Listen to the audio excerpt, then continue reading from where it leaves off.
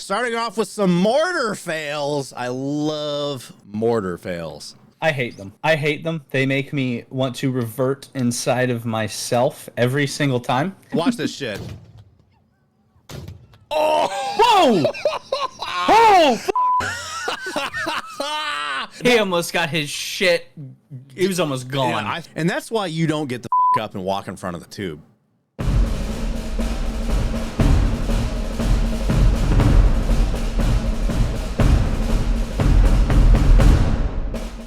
Welcome back to another episode of the Barracks Party. It's, we are very good about not recording every week. So, so you get us once every other month. I'm just kidding. No, we do. You can, lately we've been doing like every other week. I've been very busy. Yeah. Blake's in the middle of his move to his new forever home, in Utah. I'm actually kind of jealous because I was looking at houses where you're going and I was like, a pretty nice area. I like this. Only thing is everything's expensive as all fuck for no reason. You know, did I tell you about the 600 square foot house I found? No. So I found a 600 square foot house in Salt Lake for almost $400,000. Yeah, bro.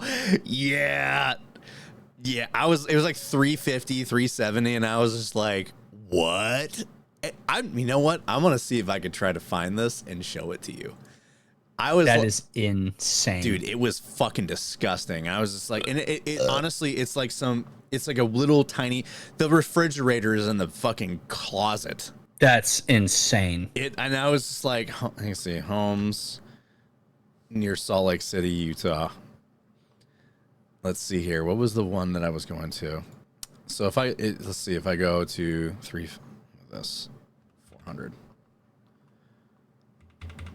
400,000. Dude, there's not even, my budget is 400,000, right? And that doesn't even cover a quarter of the homes that are there. Like more than 3/4 of the homes in fucking Salt Lake are over $400,000. And they're not even homes. They're mostly condos. Did you look into rent to own? I did not. You can I know there's more of a market for it out there. You can rent for your first year, like live in it for the first year and rent. And if you like it, you can be like, I want to purchase. And then everything that you put in towards rent that first year gets taken off of the purchase price. So you're not really wasting your money there. You're kind of just trying it out on, you know what I mean? And seeing if you like it. And if you do, you can just, they'll take that money off of the purchase price for the place. I want to point out this home listing is $230,000 for a 4-bed, 1.5 bath, 1,900 square feet. It's a total loss because it burned down. Oh, man. It even says investors opportunity. House is a complete loss due to house fire. This is a great location for a new construction project. You're basically paying for the lot. Here's another house, 2-bed, 1 bath, 600 square feet, $335,000. The housing market is fucked. It is now absolutely fucked. And the one I'm trying to find that one house that I saw that was like 600 and it was almost $400,000.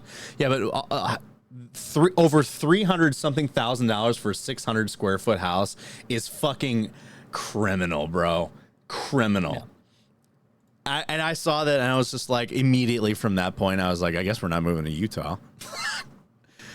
At least not now. And then the houses that are within our fucking price range that are nice, they're not even, they're shareholders. Or not shareholders, they're timeshares. So you share the home with another person. And you can only have access to the house at certain times of the year that you agree upon with the other person that owns it. That's fucking annoying. So yeah, it's timeshare. It's more than one person owns the home. And I'm like, fuck that. If you don't want to fucking have a timeshare home, then you're either stuck with a house that's about the size of a shoebox or it's in the middle of the ghetto. That sucks. I know. Welcome to fucking America. I mean, I should have just been an illegal immigrant. I would have gotten everything given to me. Anyway, so we have We have nothing to talk about, so what we're going to do is we're going to talk about the things that we do have, and then we're going to watch a bunch of really fun videos. I'm going to start a segment called Not Service Connected, although I will say that 90% of what I'm going to show you is not even military related, but it is in the realm of things we do in the military, like dealing with explosives, dealing with firearms. And the reason why is because, you know, people like Nico Ortiz somehow has all of the fucking new shit. And any kind of military fail video I find or injury video I find is on his. So good for him. But I'm not going to like, you know, like be that person where I'm just like, we're going to watch his content together and react with it. Because I feel like that's just weird. It is. You're making content of another creator's content while that creator is in that content. That's weird. It's cheap. It's cheap, and we don't do things cheap here at the Barracks Party. Although it's a Barracks Party, we're stuck in the bees, and we're fucking cheap. So, you know, that's how it is. You could to anyone out there that's in the regiment Discord. You know, I'd imagine all of you are. If you have your own videos that no one's seen that you're willing to put out, now you know, maybe blur your name tapes or something. Before we get too carried away with submitting your own shit to us, please don't let it be that fucking shady deployment hard drive type stuff. You know, things that won't get you banned. No, not banned, but prosecuted, you know? So like, I don't, as much as I personally love seeing that shit, like I'll give you an example. My old squad leader and my best friend showed me a video of a guy they called Taliban Jesus. And they called him Taliban Jesus because of the way his body was lying. He fucking, my buddy was a grenadier and lobbed a 40 mic through this dude's fucking head. Oh God. And so like he was laying like in you know, like as he was on a crucifix, and half of his head was fucking gone. It was like open. Taliban Jesus. I'll never forget that. You know, but that's fucking wild. It's wild, but at the same time, fuck them, you know. They kind of earn that keep, but yeah, don't send us things like that. We want to see things that are funny and maybe a little on the questionable side, maybe a little bit, but more of like, hey, that was fucked up. Like, don't do it again. Like, you know, your mortar, like you have your hand over the fucking mortar tube, or you know, you have a runaway saw, or, you know, something stupid but funny that we can talk about in show that won't get you prosecuted, you know, shit like that. I like it. So yes, if you have things like that, send it to me. I'm not hard to find. I'm blacklisted inside. I'm not saying I'm blacklisted from the server. My name is blacklisted in the regiment server. I am a marketing manager. It's not hard for me to find because I am one of the regiment staff. So if you can be so kind, send me a Discord DM and be like, hey, I listened to the episode and you want to see some things. I've got some things to send you. Don't let it be your dicks either. I don't want that fucking shit. Oh. You're about to get so many dicks. I'm about to get so many dicks. Hey, man, you know, it's fucking, it ain't gay if your socks are on. So, but not so much to talk about, but we do have a few things. First thing being a secretive Wi-Fi satellite dish lands a Navy chief in hot water because he had a fucking Wi-Fi set up on the ship while deployed. And I think it was Starlink. And that's a big OPSEC no-no. Don't do that. Also, speaking of Wi-Fi and the barracks, free Wi-Fi in the barracks and other quality of life improvements are coming to all branches, which is very surprising. Especially after the Marines were just doing a program where the Marines had to fix their own shit. You remember that? I do. Speaking of Marines in Turkey step in when two of their own are assaulted on the street. And we know a lot about this one because our one and only Doc was there when this happened because this was his guys. They all got recalled that day. And I told him, I fucking told him exactly what would happen. I said, I know where you guys are, and that fucking place is kind of shitty, and they're notorious for attacking troops. And one of their favorite things they like to do is they like to mob sailors and Marines and throw bags over their heads. That's exactly. And the day later, he sent me that. I'm like, I fucking told you. I told you. So yeah, Oh man, that's it for the military news. In the gaming world, former Bungie lawyer says that the studio's management failure led to Sony forcing them to get their heads out of their asses. If you don't know, Bungie's kind of like on a fucking is like having some major issues with all the layoffs they've been doing, and Destiny's future is extremely unknown. And their CEO is kind of mishandling a lot of things, and Sony's like, "Hey, we need to fix this." Ubisoft is also kind of in the shitter. Their stocks have hit an all-time plummet in their entire history last week. Ubisoft is mismanaged and shareholders are hostages. Investor demands video game company go private after stock drop. And a lot of it is in result of their failed games this year. They've had a lot of fucking floppy flops. Like they had Skull and Bones, they had Star Wars Outlaws, and yeah, a few other things. And the PlayStation 5 Pro was finally revealed last week, and it's fucking expensive for no reason.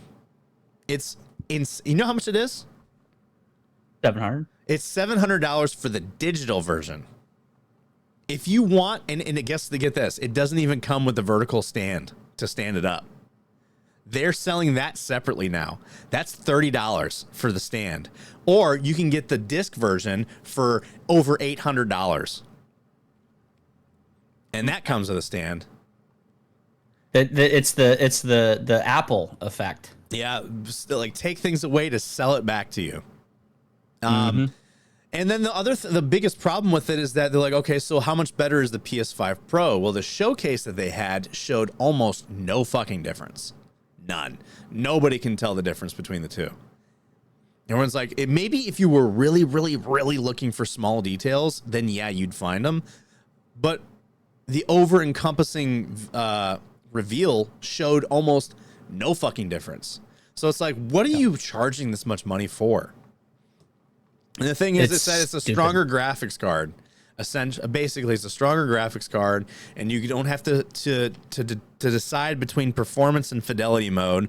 You can run them. You can run it now with everything, and not have issues. Because right now with fidelity mode, when you have like the higher graphics, the game runs like shit on the PS5. But the Pro version is like a little bit better, I guess. And then in the UK, with the currency exchange in the UK, a PS5 Pro disc version will run you almost $1,000. So stupid. Like it makes no sense to me. It really No, it doesn't. You might as well buy a PC now, honestly. Yeah, for real. And you can get so much more out of it than you can a PlayStation. Now, I will say we did talk about this earlier, but like how games being optimized for consoles is way better than games on PC, because games that are made for both PC and console, 9 times out of 10, the PC version is going to have issues. And that's because there's only so much they can do for optimization because everyone's rig is different. So, they work with what they got. But with consoles, it remains the same. So it's easier to optimize for that. So, yep. And then after that, we're going to watch some videos. Which should be a quick... I'm going into all these videos completely blind. I watched them just so I can make sure they were worth watching. One of them, we might have to skip through a few things because there's a lot of irrelevant shit that just I didn't find entertaining. But yeah. I will say Brock's reactions to them makes me a bit nervous, and my reactions should be pretty good. Yeah. So stick around. It'll be a good time. It'll be a great time. And also a great time. You know who's not having a good time? P. Diddy. No. Life. No, fucking life caught up to that guy. He got arrested by the feds yesterday. And then they revealed what his charges were. It was like sex trafficking, forced labor, all kinds of other weird crimes. And then they revealed what they found during the raid: 1,000 bottles of baby oil and lubricant. Ugh. It was just like, what? And like they also, apparently P. Diddy, when he throws parties, he calls them freak offs. And basically all they are just these weird fucked up sex parties. That's so gross. P. Diddy's freak offs, man. And it's funny, I'm going to call it right now. P. Diddy did not kill himself. Him. P I'd be Diddy, surprised if he did. P Diddy looks like the person that would tell on everybody. He looks like a snitch. He's a snitch. I promise you, he's gonna tell on everyone.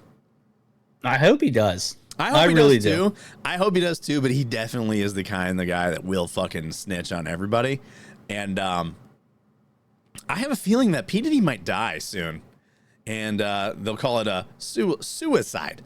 The other thing I gotta say is that don't be surprised if Tupac's murder gets added to the mix of this. There's a lot of people that have been saying for years that P Diddy had something to do with Tupac's murder. Really? Yeah, that he's the one that he's the one that coordinated it. Wow. Yeah, I didn't know that. I never heard that. I know that, like, what was it last year? The Trigger Man got arrested.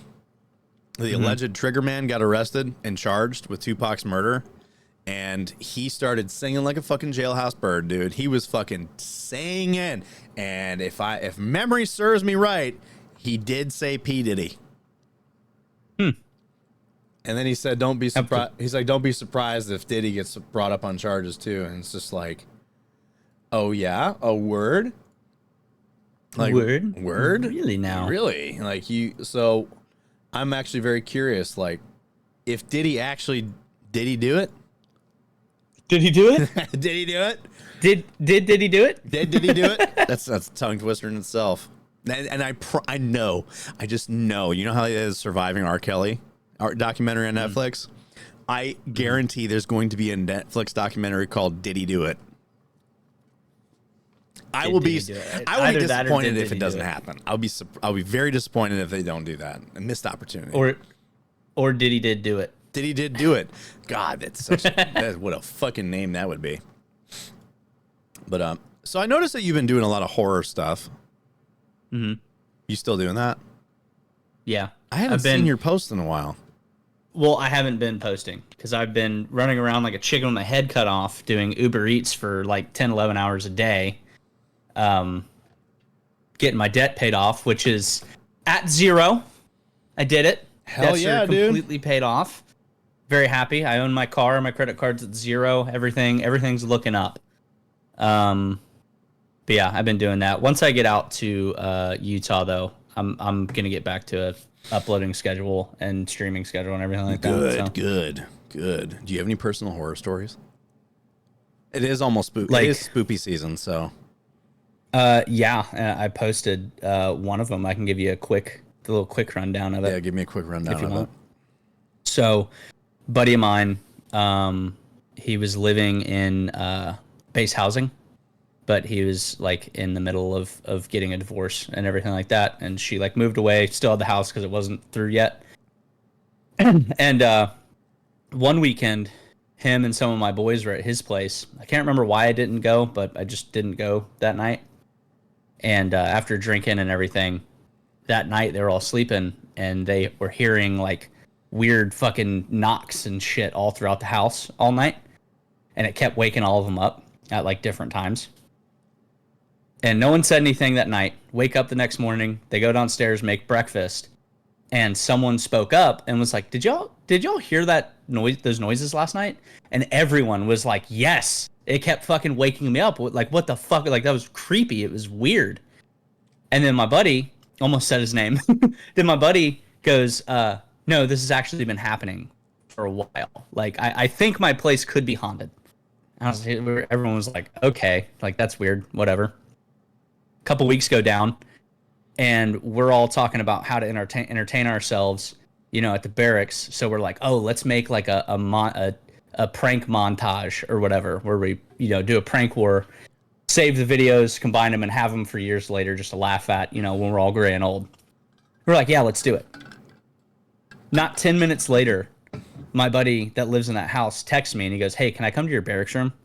I was like, fuck no, dude. We just agreed to a prank war. It's like 9 o'clock at night. I'm trying to go to sleep. No, you can't come over. He goes, no, seriously, it's not for that. I need to get out of this house. I was like, okay, man. Fuck, you froze in the middle. Away. You said fuck what? You froze in the middle of that. Oh, I was like, fuck, fine, whatever, come over. You know what I mean? Because he sounded desperate. So it's like, all right, whatever, come over. He lives like 15, 20 minutes from the barracks, like across base in the base housing. He shows up at my door in like 8 minutes, right? I'm like, holy shit, you flew here. And he's got a trash bag full of PT, clothes, camis, everything he needs for the next day. And I'm like, what the fuck? You didn't even like pack a bag? And he goes, no, I had to get the fuck out of the house. I was like, okay. And he like gives me the rundown. He was sitting there trying to go to sleep. And then he heard his own voice say to him, get out. And he was like, fuck no. Obviously left, came to my place, right? He ends up crashing in my barracks room until the day that the divorce papers go through and the house is like not his anymore, right? Well, a couple weeks after he gets to my place, he's still there, and we're hanging out in my room with the fucking door open, drinking beers. And one of our other boys was like, hey, like, let's drink. And we're like, oh yeah, come through, you know, we're just hanging out. He goes, all right, cool. 25, 30 minutes goes by, and we're like, where the fuck is this guy? And then he calls us. And he's like, hey, where are you guys? And we're like, what do you mean? We're in Blake's room. And he's like, I thought y'all were at my buddy's place.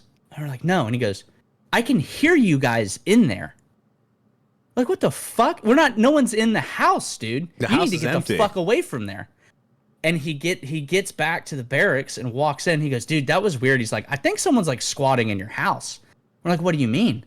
And he's like, I pulled up to the door and I heard y'all like running around in there. I thought y'all were trying to play a fucking prank on me. And that's when my buddy gave him the rundown on everything, right? Well, fast forward another couple weeks. Oh my God. Another buddy comes by and he's like, we're hanging out. Like, let's go to the beach. Let's go hang out. Okay. Well, my buddy with the house is like, I have to go to the house to get swim trunks. And he's like, I've also got beers in the fridge. Okay, cool. And we tell the other guy like what's been going on in the house and why he's been living in my room. And he's like, I don't believe in fucking ghosts. I don't believe in any of that shit. And we're like, I mean, do you want to come? He's like, fuck yeah, I want to come by. Like, let me see a haunted house. Dude, it's funny. All of us that are like, I've never seen that. I don't believe that shit because I've never seen it. And when someone gives you the opportunity, like, hey, you want to try to experience it? Like, of course I do.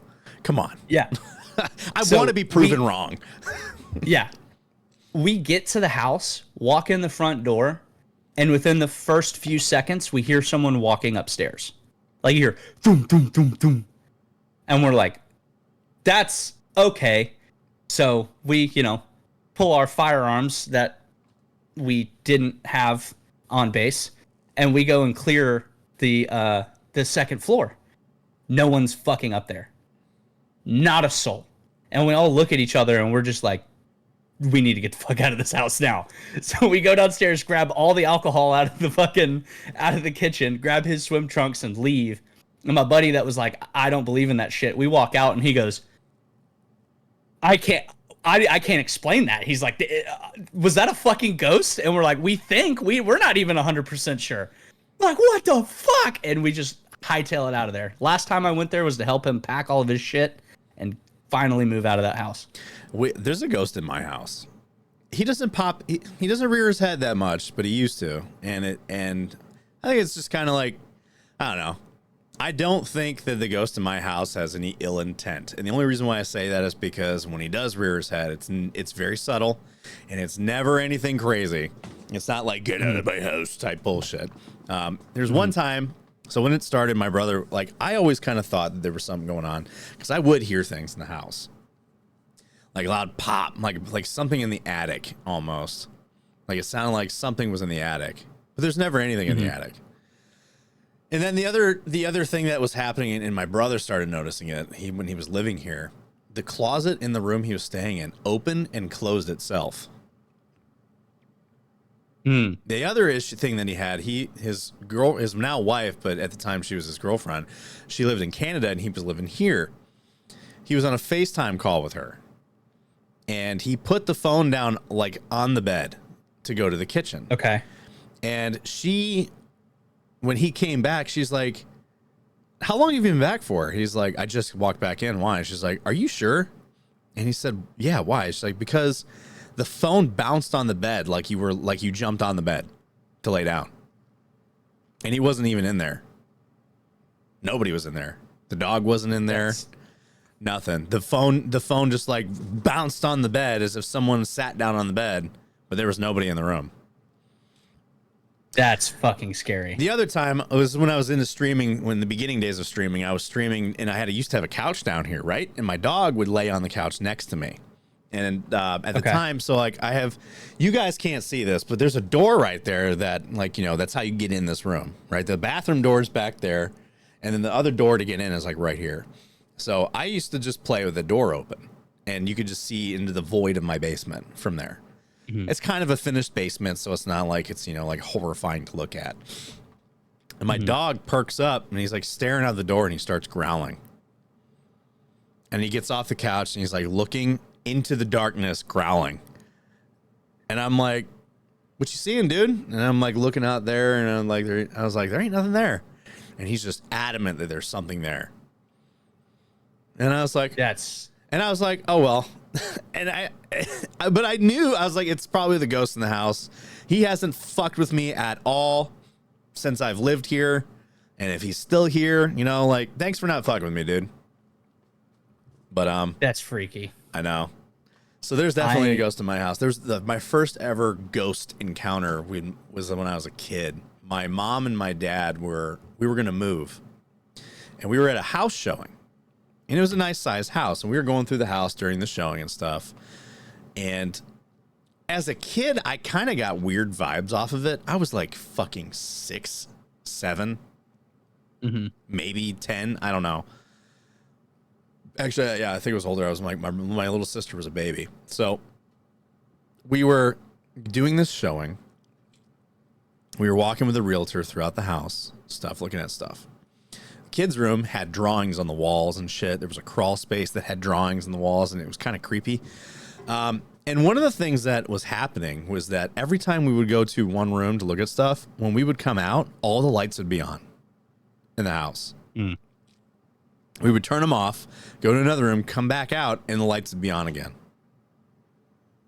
That's freaky. So the lights were turning themselves on in rooms that we were previously in after we were leaving them. And then the cabinets in the kitchen were all open. That's freaky. And my mom was like, "We are not buying this house." Yeah, I wouldn't either. I just sent you a link to an Instagram post by Tales of the Grid Square. I don't know if you've heard of him. He pretty much takes stories and like submissions and stuff from people and just posts them on his Instagram Tales as they were of the sent Grid to him. Square. Yeah, his page is pretty fucking cool. But it's all like haunted, like ghost shit, right? Like people from deployment and everything. Anyway, what I just sent you a link to was a video of a dude making a video in Iraq, and some crazy poltergeist shit happens in the video. Did you ever see the fucking video of the Marine in the barracks? And he's like yelling at the ghost. He's like, "Fuck you! I'm trying to fucking sleep." And it's just like it's banging on his fucking closet. And he's got a wall locker type closet like that one. Here, let me actually like fucking go to article real quick so people can see what I'm looking at. So let's play it real quick. I love you.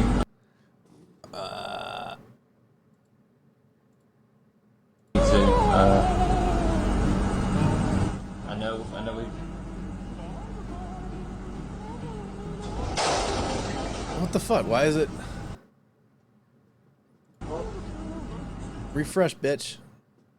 There we go. I wish I could be home with you too. I know we.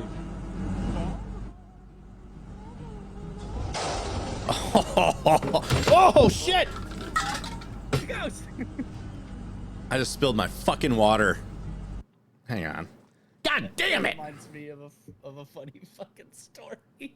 Hang on. I was in. I gotta turn you back up. Hang on. Let me get a towel. I just dumped my fucking water everywhere. And it wasn't because I was scared. It's because my hand knocked it. What's up, guys? Regiment in this podcast is brought to you by G Fuel, the ultimate energy drink for gamers. G Fuel uses a special blend of vitamins, antioxidants, and other natural caffeine resources to keep you from having those jitters or even that crash that you normally would have from other energy drink brands. So whether you're having a long gaming session or you're just having a long day and need a pick-me-up, G Fuel definitely has you covered. G Fuel also has a wide array of flavors to choose from. But if you don't know what flavor you want to try, they also sell variety packs on their website, and they even come with a cool shaker. So head on over to gfuel.com and use promo code Regiment at checkout to get up to 30% off. That is Regiment, promo code Regiment down here at checkout to get up to 30% off. I was trying to adjust the volume because like I can't adjust the volume to the video. So I had to adjust the volume to the mixer so that it wasn't blasting people's fucking ears, and including yours. And my hand just fucking knocked my water, which sucks because this thing was like half full. That does suck. Of nice, crisp, cold ice water. And now I just fucking spilled it everywhere. I'm so upset. What were you saying? This reminds you of what now? I was in St. Augustine with a couple of my buddies, and it was the weekend that Jimmy Buffett died. So we went to this bar right before we were going to do a little ghost tour around St. Augustine. Margaritaville? Yeah, that guy. No, so it wasn't a Margaritaville. No, oh, okay. It was just a little, little pub kind of deal. So we go in there and we start drinking. What is it? What's that drink? Hurricanes. Yeah. We started drinking Hurricanes, like pounding them, right? And the bartender, we asked her, like, we were like, can we take some of these to go? Ha ha ha ha ha. And she goes, no, but you can have a cup of ice and a new drink if you want. And we're like, okay, cool. Yeah, we'll take a cup of ice. Thank you. So we pour the Hurricanes into our cups of ice and walk out with them to this ghost tour. And it starts in the alley across from the bar, right? And the dude, the tour guide is like talking about different kinds of ghosts and shit. I'm sitting there sipping on my Hurricane and shit. And then he goes, have any of you heard of demons? And then I accidentally, like, my one hand came down and hit the drink out of my hand onto the ground, went everywhere. Full Hurricane. I was fucking pissed. I went, fuck, the demons. And it was just one of those natural comedic moments. Everyone in the tour group was like cracking up laughing for like 2 minutes. It was so fucking funny. Oh man. I just want a fucking pure legitimate horror experience with a ghost or a demon. Everyone's like, you don't want to be across a demon. It's just like, I've seen fucking Supernatural. I know how to handle it. But, so it's like... You need to get the cult. You need to get the cult. We need the cult, Sam! But, yeah, like, I don't know. I want a fucking legitimate... And I don't want it to be in where I'm living. I want it to be in a place where it's like, I can leave if I really don't want to be there anymore. And not a place where I'm stuck here. I have one thing that I cannot explain, and I have it in a audio recording on my phone. It was a disembodied voice that I cannot fucking explain. What was the recording of? What were you doing? It was another night out in St. Augustine, and we were sitting out by the fort. And I was like, let's ghost hunt by the fort. My buddy's like, all right, whatever. Like, we're all hammered. Fuck it. I want to see you talk to the air. It'd be pretty funny. We'll see her make fun of you. And fucking sitting there talking, nothing happens physically in the moment. And I'm like, all right, let's listen to the recording. And it's my drunk ass just like asking stupid ass questions. I'm like, how'd you die? Where are you? I'm sitting there, dude. I'm sitting there trying to relate with it. I'm like, we're at a military fort. I was in the military. You want to be friends? Like, just hammered. The DD-214 gang. Yeah, and fucking, I like end it and then go and like, we're all listening to it. And then right in the last 10 seconds, right before I end it, you hear my buddy go, my boy Blake. And then you just hear something go, let's go. And then fucking it ends. Wasn't my voice. It was a female voice. Don't fucking know where that came from. Let's go. And it was in the microphone. Like, because we did have a female with us, but she was talking to my other buddy, like, at a distance. And you could hear a couple seconds before this thing went off of her talking. She was far away. This was like you were holding the microphone up against your face. Were you like, what the fuck, when you played that back? We all were. Like, it was a sobering moment for all of us. We were like, hold on, run that fucking back. Dude, we listened to it like 5 times. We were like, "Oh my god!" Wow, our ghost hunting adventure really worked. Yeah, dude, I just want to fucking have like a legit like ghost experience, man, because it's just never happens to me, man. It's like these weird paranormal things. They never happen to me. And I want some paranormal thing to happen to me at least once in my fucking life, you know? Let's set up a trip next year around spooky season. Let's go somewhere haunted as fuck and just do like a ghost hunt somewhere. I would love to bring my wife on this because our anniversary is Halloween. Really? We got married on Halloween. Cool. So like spooky season is like anniversary season for us, but we like spooky shit. So I would love to take her to some of that, but I know her and she would fucking be terrified. Even if nothing happened. Right? We can go. I'll bring Kate. You know, they can meet each other, get along. You know, Kate might scare her though, because she sees shit. But so she got. You want to know Wisconsin is actually a pretty haunted place. Really? Yes. We've got fucking werewolf shit. We've got ghosts. All that shit. Like there's a place in Milwaukee called Shakes, and basically what it is like it used to be an old speakeasy from the Prohibition era, almost a Cold War era. But it was a speakeasy from the Prohibition era, and it's apparently like super fucking haunted. Like they do the ghost tours there, but they're kind of bullshit. I guess the real experience is that you can stay the weekend at this place because it's a house. It's an old timey house above this bar because it was a speakeasy.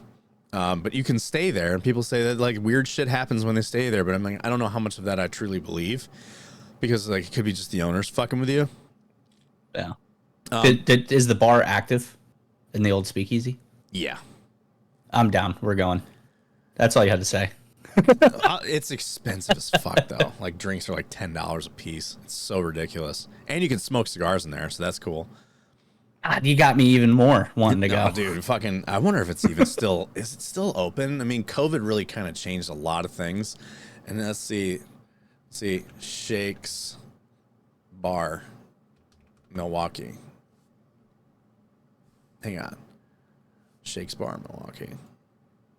Shakes Cigar Bar. What? No.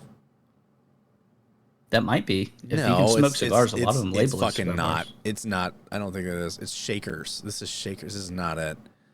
What's the fucking... It's a haunted... Let's see. Haunted Bar, Milwaukee. Shakers. It is. Yeah. It is Shakers. Interesting. All right. So, let's see. Tours. So, they have hangman tours. So, here. I'll show you with this place. I got their website pulled up. All right, I'm on the tours right now. So America's fifth most haunted bars by the Huffington Post. Chosen as the most haunted restaurants in the country by Thrillist, it's no secret that spirits at Shakers don't stop at the bar. Our friendly, knowledgeable tour guides hold nightly house ghost tours on 3 seasonal, one-of-a-kind walking tours, the Whoring 20s, the Milwaukee Dead, and the Cream City Cannibal Tour, which follows the footsteps of Milwaukee's most infamous resident, Jeffrey Dahmer. I don't even know how the Jeffrey Dahmer thing would even fucking work because... He never went to Milwaukee, did he? He lived in Milwaukee. Or was he from Milwaukee? Yeah, he's in Milwaukee. All that shit happened in Milwaukee. That's right. That apartment building is gone. But what happened to being able to stay there? It's the penthouse. It's $350 a person a night. Wow. Yeah, I have it pulled up right now. I was just curious about it. Wow, $350 per person per night. That's fucking gnarly. It's a cool little bar, though. I mean, you know, it's like nice. I haven't eaten there, but it is a cool little bar with the cigar lounge and stuff. Oh my god, they got Blams there. It's so expensive. If we get 300,000 likes on this video, we'll go next year and do a live podcast episode. Fuck yeah, dude. You know, it's funny though. Also, they give you a tour of the penthouse. You don't have to stay there, but like the tour, they give you the tour, right? And this is how I knew it was bullshit because we went to a room where they talked about this door this closet door, like it's never been able to be opened. They don't know what's back there. Blah blah blah. They say they think it's a portal to hell type bullshit.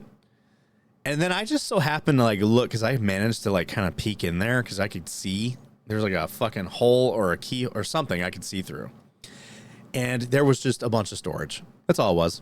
There's storage back there from the bar. Their drinks, their chairs and shit. Just storage back there. There's even like a spot in downstairs in the speakeasy where they say this is the pit to hell. And literally all it is storage. Yeah. Every tour that you pay for will always be bullshit. It's theatrics. It's a gimmick. Now, I will say this. I don't judge anybody that goes and does them. I go and do them because they're fun.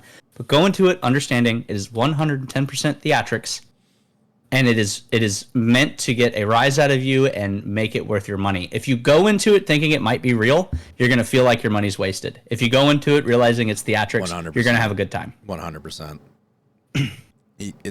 If you go into it thinking it's real, it's gonna be because they tried the whole little fucking the rods. You hold the rods, and they turn themselves in. I got to play with those, and they wouldn't move when I was touching them. Yep. I got to play with them too before they did move, but it's also one of those things where you personally have to be so level for them to move. If you just can't naturally on accident just a little bit, they'll swing, like, and a lot of people too, there's like the whole thing of people doing it that really want to see something happen. They'll inadvertently and unconsciously like move their hands a little bit to make it do what they want it to do. Whoa, you know what I mean? It's those cannot be trusted. No. So we also have up here in Wisconsin, we also have the Beast of Bray Road. Ooh, that sounds terrifying. Yeah, werewolf. Ooh, a little werewolf action, like Burlington, Wisconsin, which is not far from me. Like, so Wisconsin has a lot of Native American shit, right? Okay. So skinwalkers, werewolves, that is a thing around here, and their parts. The Beast of Bray Road. I've gone to Bray Road. It's nothing special. Nothing happens, but. Here, I'll send you the article of it. So the Beast of Bray Road in Wisconsin. So Beast of Bray Road. Go ahead and look it up. Don't look at the IMDb thing though, because it's stupid. So the Wikipedia might be better. Milwaukee Magazine. Here, the Legend of the Beast of Bray Road. Let me send this to you. Oh, I got it. I found it. The Milwaukee Magazine one. Yeah, it's got the eyes as the picture for it. Yes. So the Legend of the Beast of Bray Road. Mark Shackleman arrived at St. Coletta School for Exceptional Children before midnight. He carried his flashlight on his belt as the night watchman of the school. He walked these grounds every night. The school was located inside the former Franciscan convent outside Jefferson, and the grounds covered several old buildings, an orchard, and wide open fields where several old Native American burial mounds had been preserved. The year was 1936. Shackleman was in his 30s, a husband and father working in the uneventful job for a paycheck to support his family in rural Jefferson. There wasn't much to worry about, save the possibility of a burglar. The night that Shackleman was crossing the fields when he saw a shadow, he squinted to see what it was. A hunched form was on all fours digging into one of the mounds. From the canine way it dug, it could have been a dog or maybe a wolf, which we do have wolves here. But even from far away, Shackleman could see that the thing was far too big for that. Suddenly it looked at him, and when it stood up, the sleek, hairy body unfurled over 6 feet tall, had shaggy canine face, but beneath the thick fur, the muscular body of a man. A low growl echoed across the field. He smelled rotting meat. His heart beating fast, trying to control his breath, Shackleman stepped back with sudden violence. The thing turned and ran off into the trees and was gone.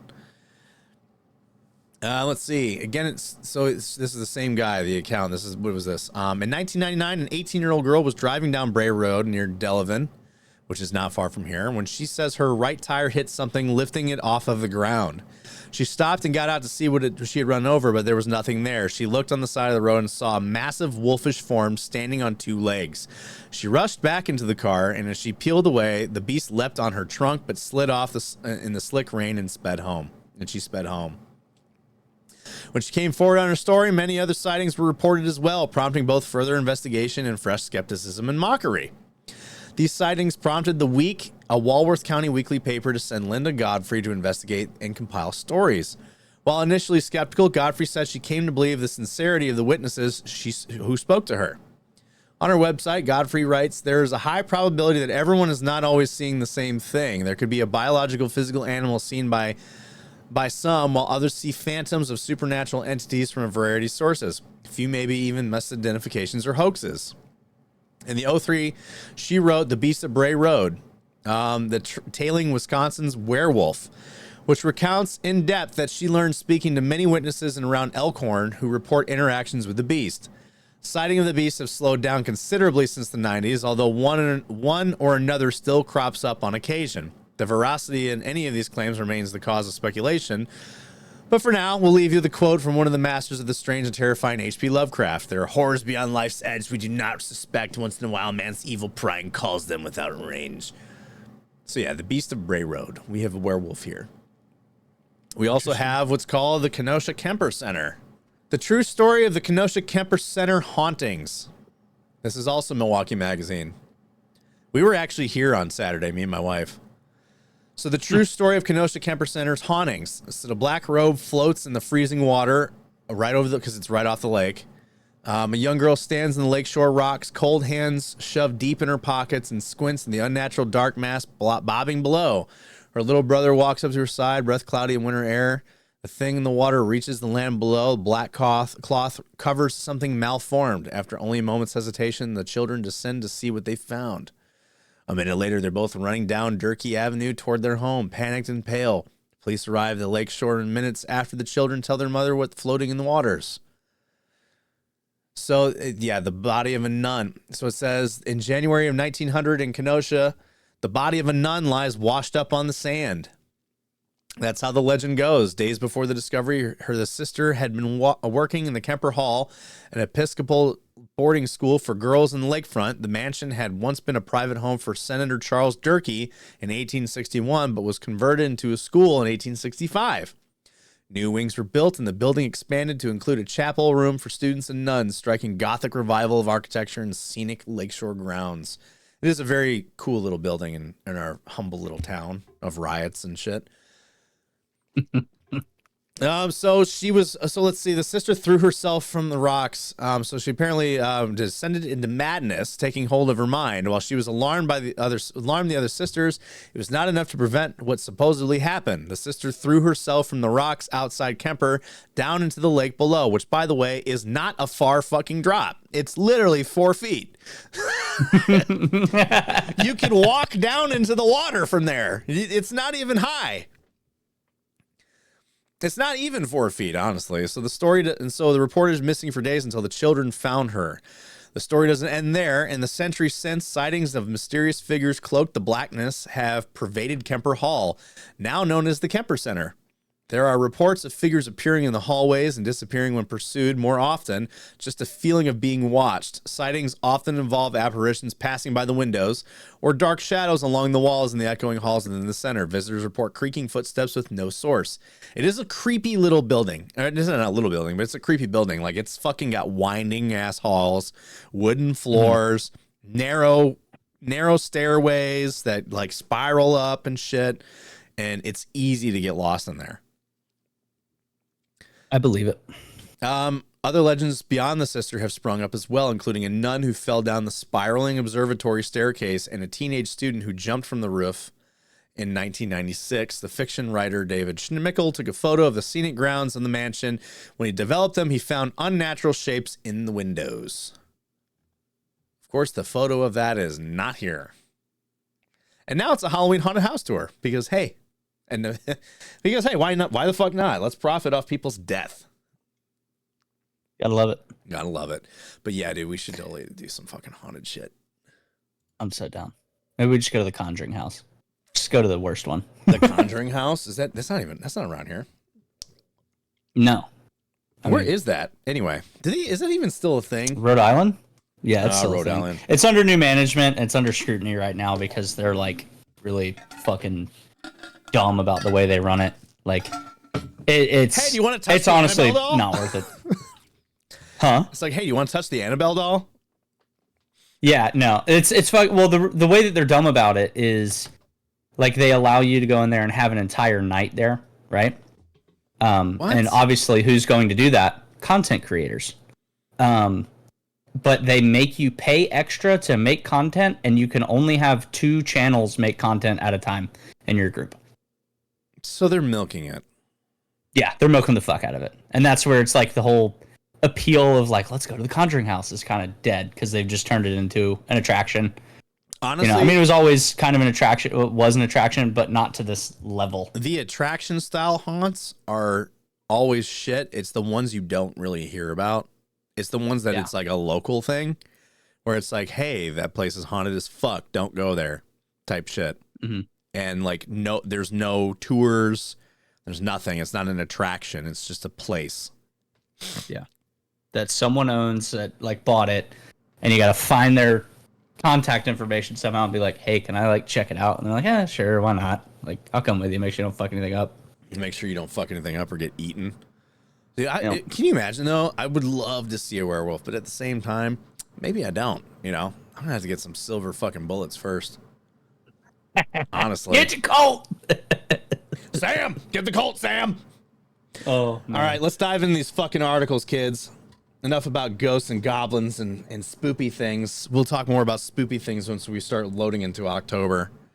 All right, first article of the day. Secretive Wi-Fi satellite dish lands Navy chief in hot water. Sailors can get some internet while deployed at sea, but it's often spotty and drops out. You don't say. This frustrating connectivity is due to security issues. One chief and fellow leaders on the littoral combat ship Manchester had no such issues in 2023, thanks to an illegal satellite dish. According to the Navy Times, Command Senior Chief Grizzle Marrero was relieved of her duties in late 2023 because she misled and lied about her ship's command Wi-Fi network. Marrero conspired with others to have a Starlink satellite dish installed on the ship. That satellite connection could have compromised the ship's position. The Starlink connection was paid for by conspiring chiefs and senior leadership on board. They named the network Stinky.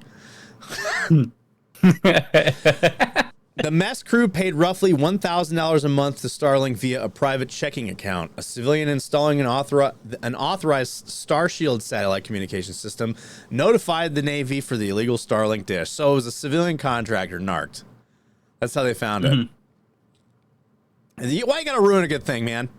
You know, like, morale's already fucking bad enough on a ship, and you want to say, like, hey, they got Starlink. They put Starlink on their boat. And I get it. It's a fucking security issue. I understand. It's a very unsecure internet network. But come on. You know? Come on. Especially a civilian contractor. And I like the whole part where it's like it could have exposed their position, as if the news doesn't already fucking tell everybody in the world when a ship is near port or approaching. Yeah. You know? Yeah. It's like, very easy to figure out where our ships are. You just got to look up the name of a ship and you'll fucking find it. Like, it's not hard to find a boat. It really isn't. Nope. Now, whether or not you fuck with that boat is completely on you, man. You're going to just understand what you're going to get in return for fucking with the U.S. boats. You know? All out warfare. And honestly, don't fuck with our boats. I think that's why we don't really kind of OPSEC that shit. I mean, OPSECing the maneuver is one thing. Like, if Doc told us where he was going on what day, understand. Don't talk about that. The news will eventually tell everybody, which is usually like 2 days after we already know it's happening.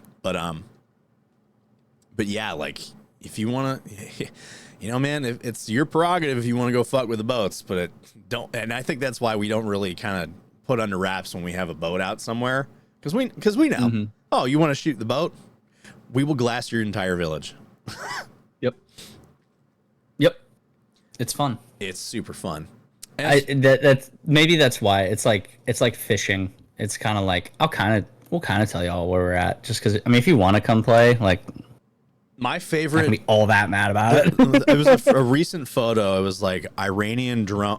Iran was sharing pictures showing that they had a drone above one of our carriers, and they were showing photos of the drone, of the drone footage of the carrier, and then like I think it was the Department of the Navy or something replied with a photo of the drone from another bird, because they it was just like not very secretive of you, is it?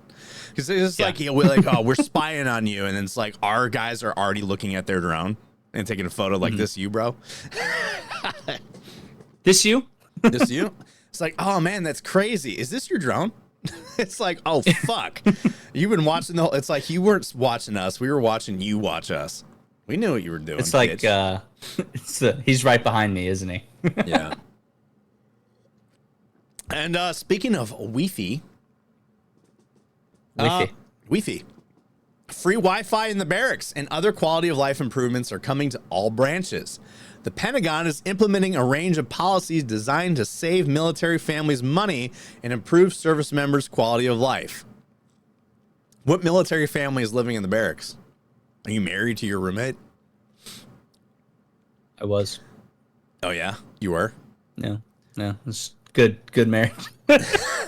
The government wants you to have Wi-Fi in the barracks if you're single and childcare if you have kids, according to Defense Department's memo released Friday. The Pentagon is pushing for more money and savings in military families' pockets while aiming to improve their experience after years filled with headlines focused on moldy barracks, recruiting woes, and increasing unaffordability on and off base. It's critical to our mission, our recruiting efforts, our retention, our readiness. There it is. That's why they're doing it. People are leaving and not joining, and the readiness, it's impacting readiness. So now they're going to do something about it. It's not so much that we want to make your life better. It's that we want our readiness to be where we want it. It has nothing to do with you. Also, I just want to say really quick, this line shocked me.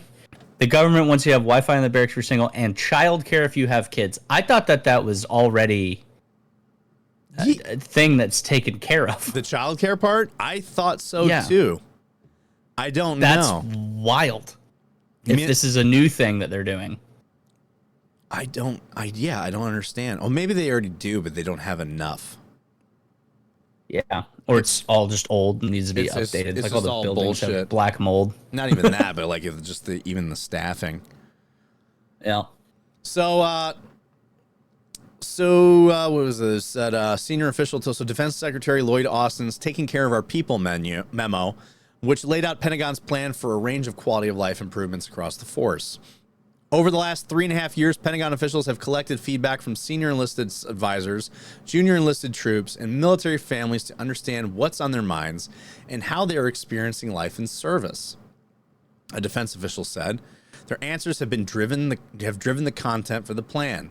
The memo also includes some ways to improve junior troops' quality of life with more Wi-Fi access in the barracks and a plan to tackle specific issues at remote installations. To expand Wi-Fi access, the DoD is directing all military branches to create pilot projects and put Wi-Fi in the barracks at no cost to the service member. You know that Wi-Fi is going to suck. Oh, yeah. While more Wi-Fi could give troops the opportunity to cross the mandatory online training in their downtime in the barracks, that's the other thing.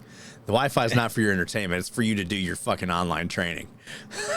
So you can't I don't have internet as an excuse anymore. I just love that it says could give troops the opportunity to access mandatory online training in their downtime. Yeah. Brother, I'm not doing MCIs or whatever the fuck it's called in my downtime. No. It says it's more likely to be a morale boost because, well, having easy access to the internet means easy access to entertainment. But it also means that your command team is going to make you do mandatory fucking online training in your downtime because you can't say I don't have internet. I can't afford internet. Well, guess what? You all have internet, bitch. You can do your online training on your downtime. And it's like online training is going to take 5 hours because every question or slide is going to take approximately 5 minutes to load. Yeah, dude. It's just so it's funny because they show intent to make your life better, and then their actual intent is piggybacked off of that. You know, it's just like, make your lives better, improve your morale. You can also do your mandatory training on your downtime. It's like, that's why you have this coming. You know what this reads like? This reads like your CO and first sergeant talking to the company, right? And the CO's coming out and he's giving you a bunch of good news that you really like, right? That you're like, this is awesome. I love what you're saying, sir. And then first sergeant goes, to piggyback off what sir said, if you don't fucking do this properly, I'm going to make your life hell. Basically, that's what this reads like. Basically, yes. And so far, from reading this, nothing brings up the issue of the buildings. This is all about, it's nothing to do with the mold, the disrepair. It's all about the fucking internet and giving things more accessible for their troops. The food. So it says also in this, it says the memo also highlights a new effort to make life easier at remote isolated installations, which will include on-site installation evaluations of 3 bases to tackle their unique issues. Their unique issues. They all have the same issue.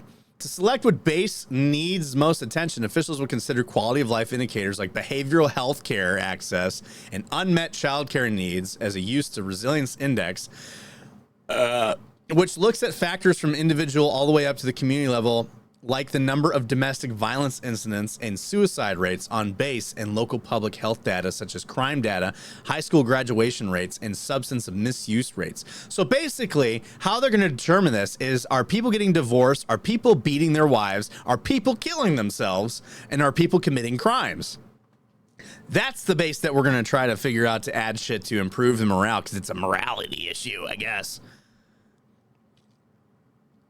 With the I love the bullshit. Like, I just love you said this a few episodes ago, a while back, is the whole like, let's exhaust every possible thing we can do before we go to the proven answer to this problem. Yeah, let's try to find let's try to fix it our own way before we try to fix it the way that we know works. It's like, yeah, but you know, that's why they always say in the army, there's the right way and there's the army way.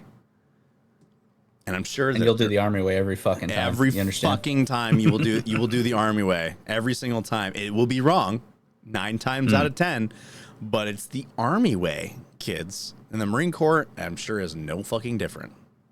Nope, not at all. And that's basically the end of that fucking article. Now we're going to talk about the Marines getting bags thrown over their heads. So Marines in Turkey step in when 2 of their own assaulted on the street. The group behind the attack, the Turkish Youth Union, has done this at least 2 other times to U.S. troops in the country.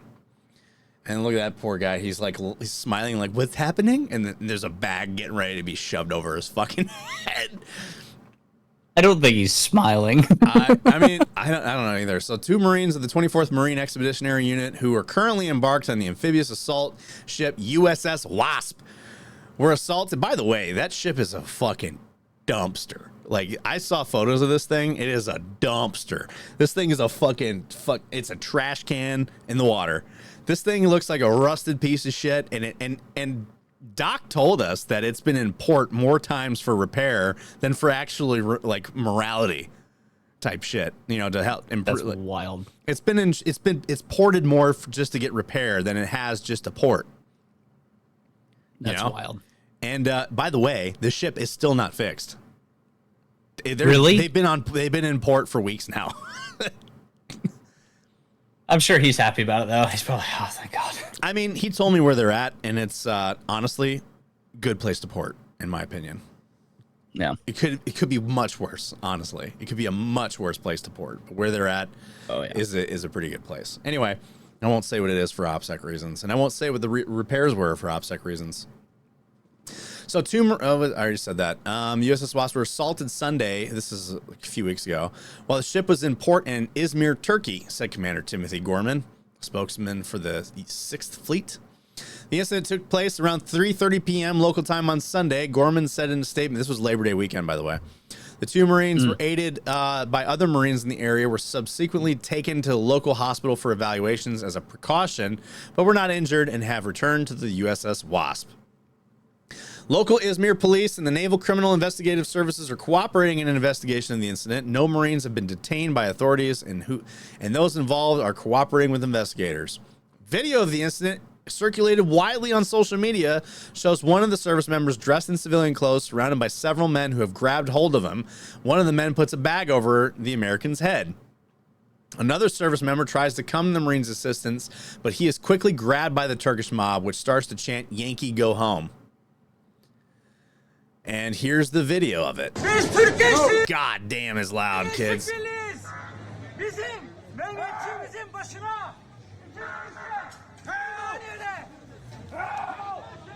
Who are you yelling help to, buddy? His boys. Put it back.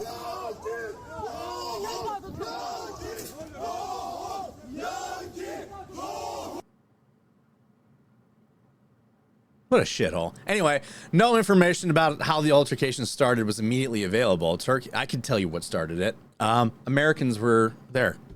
That's it. Yep. No other fucking reason. They do this all the time, and it's always unprovoked. Mm-hmm. I saw the one from years ago. The dude was at the ATM, and then someone just started yelling at him, and then a crowd just came around him, started mobbing him. Yeah, that's how it happened. There was one time I was over there, not in Turkey, but I was overseas, and like this is when ISIS was like growing, and that shit happened, and it was just like, that's when that shit kind of started, was when ISIS was growing. So it was like, immediately everyone was like, what the fuck? Like no one was allowed to go out anymore after that. Yeah, understandably so, honestly. So Turkey has detained 15 members of the Turkish Youth Union, an anti-American group, in connection with the incident.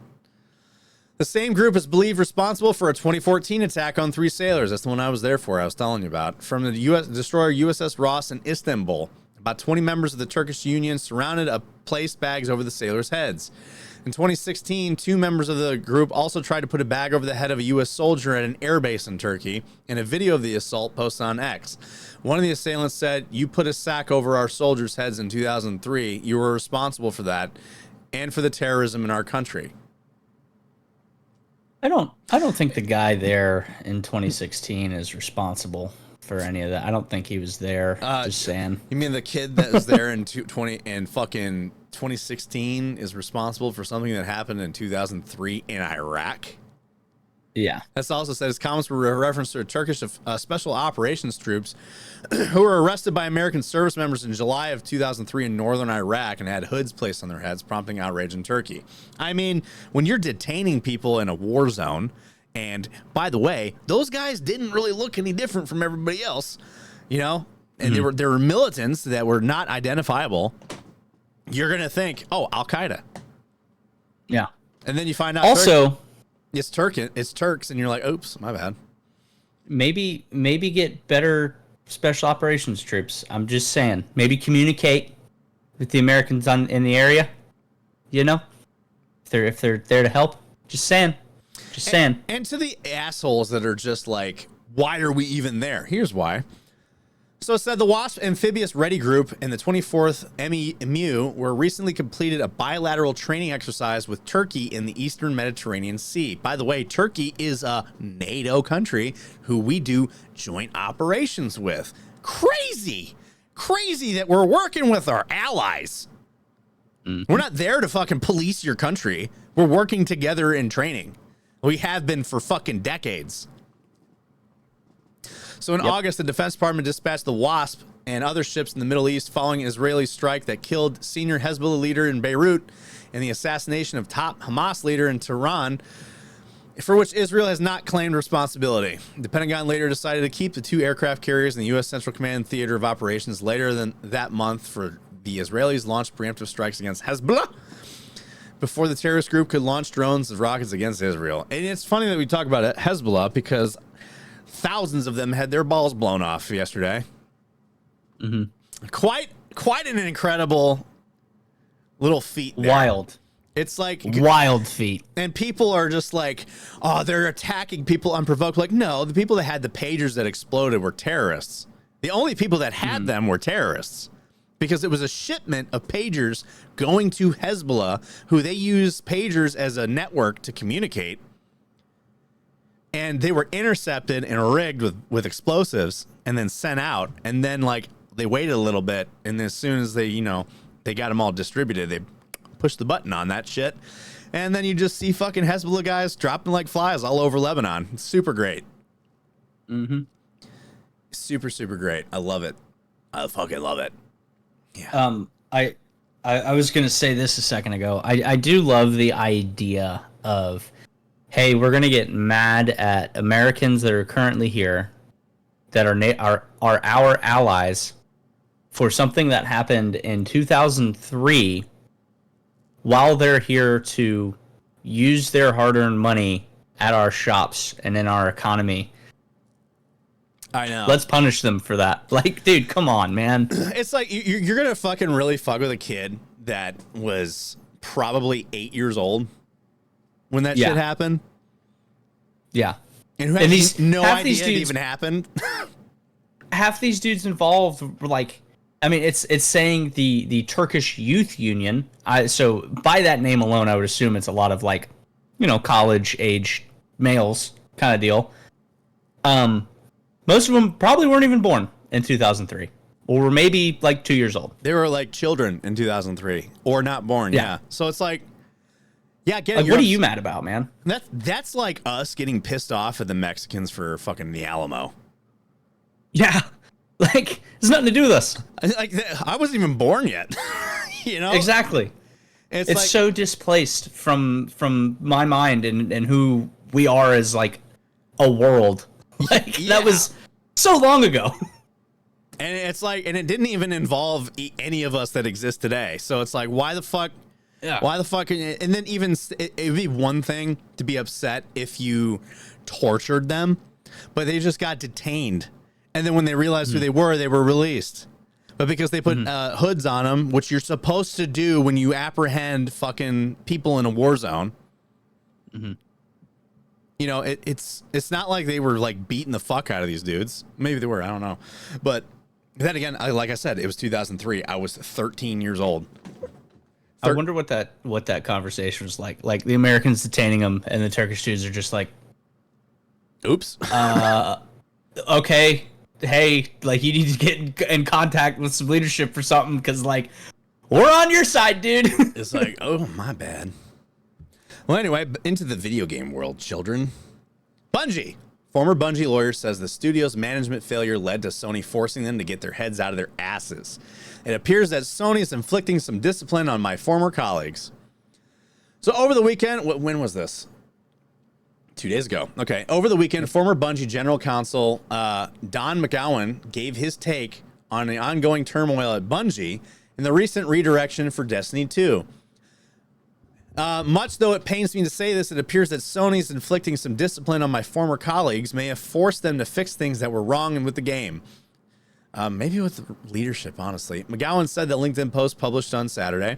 To be clear, I'm not talking about the layoffs, McGowan continued. I'm talking about forcing them to get their heads out of their asses and focus on things like implementing a method of new player acquisition, not just doing fan service for fans of the Bungie C-suite, and running the game like a business. Good. I still have friends in that environment, and I'd like them to keep jobs.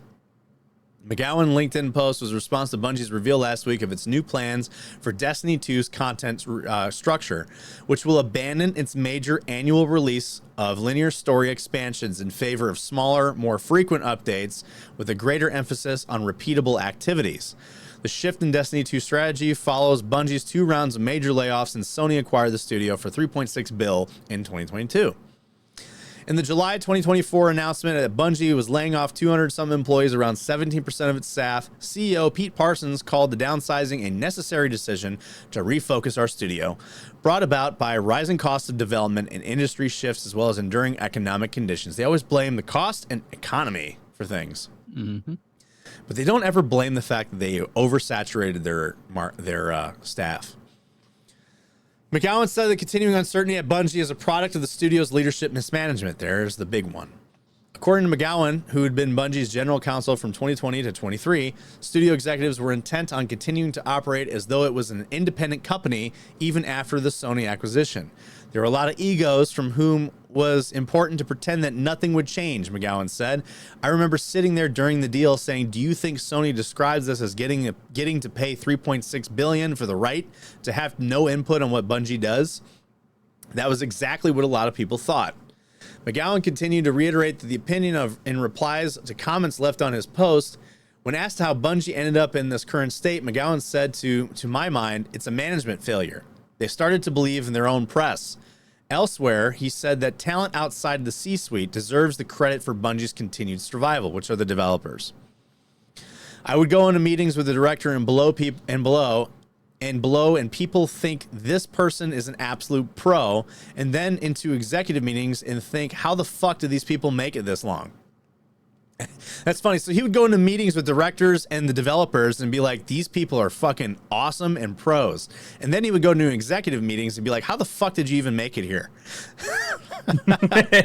This is their lawyer talking, their old lawyer. Mm-hmm. In comparison, McGowan said Bungie's new plans for Destiny 2 are the things you do to run a franchise, not to keep making the game you and your friends have mastered or to chase trends.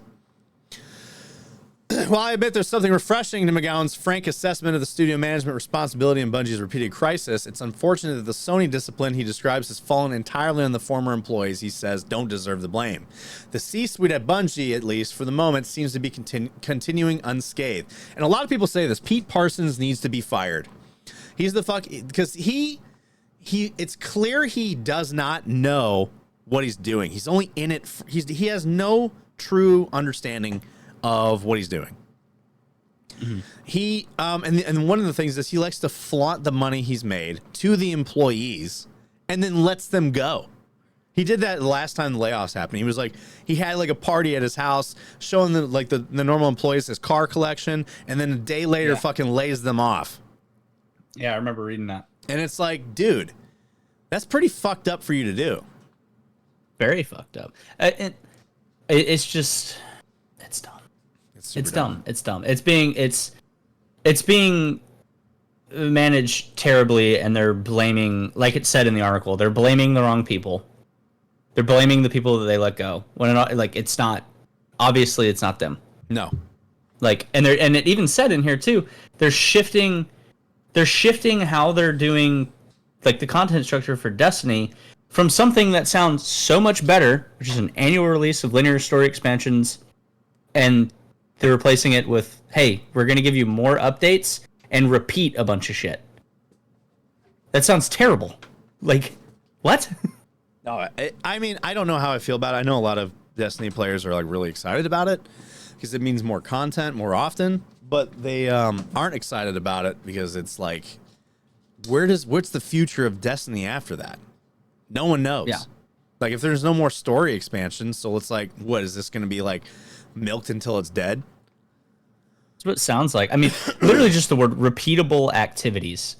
It just sounds like they're going to do small stuff that's like, here you go. This should carry you for the next few months. It'll realistically only take you a couple days to get these activities done, but you can redo them for more points. And it's like, well, then after the second or third time of doing that, it's no longer fun. Yeah. And then your game dies, and then more people get laid off. Yeah. All right, so Ubisoft's turn now to get roasted. So Ubisoft is mismanaged. Shareholders are hostages. Investor demands video game company to go private after the stock drops.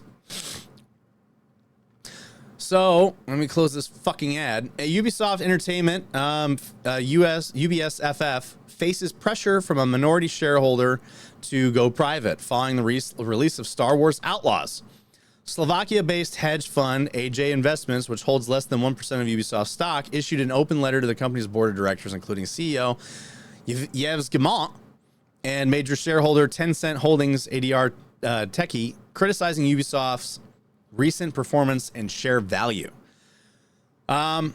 So the release of Star Wars Outlaws, developed by Ubisoft's Massive Entertainment, was expected to boost the company's financial outlook, but early reviews and lukewarm reception from players have raised concerns.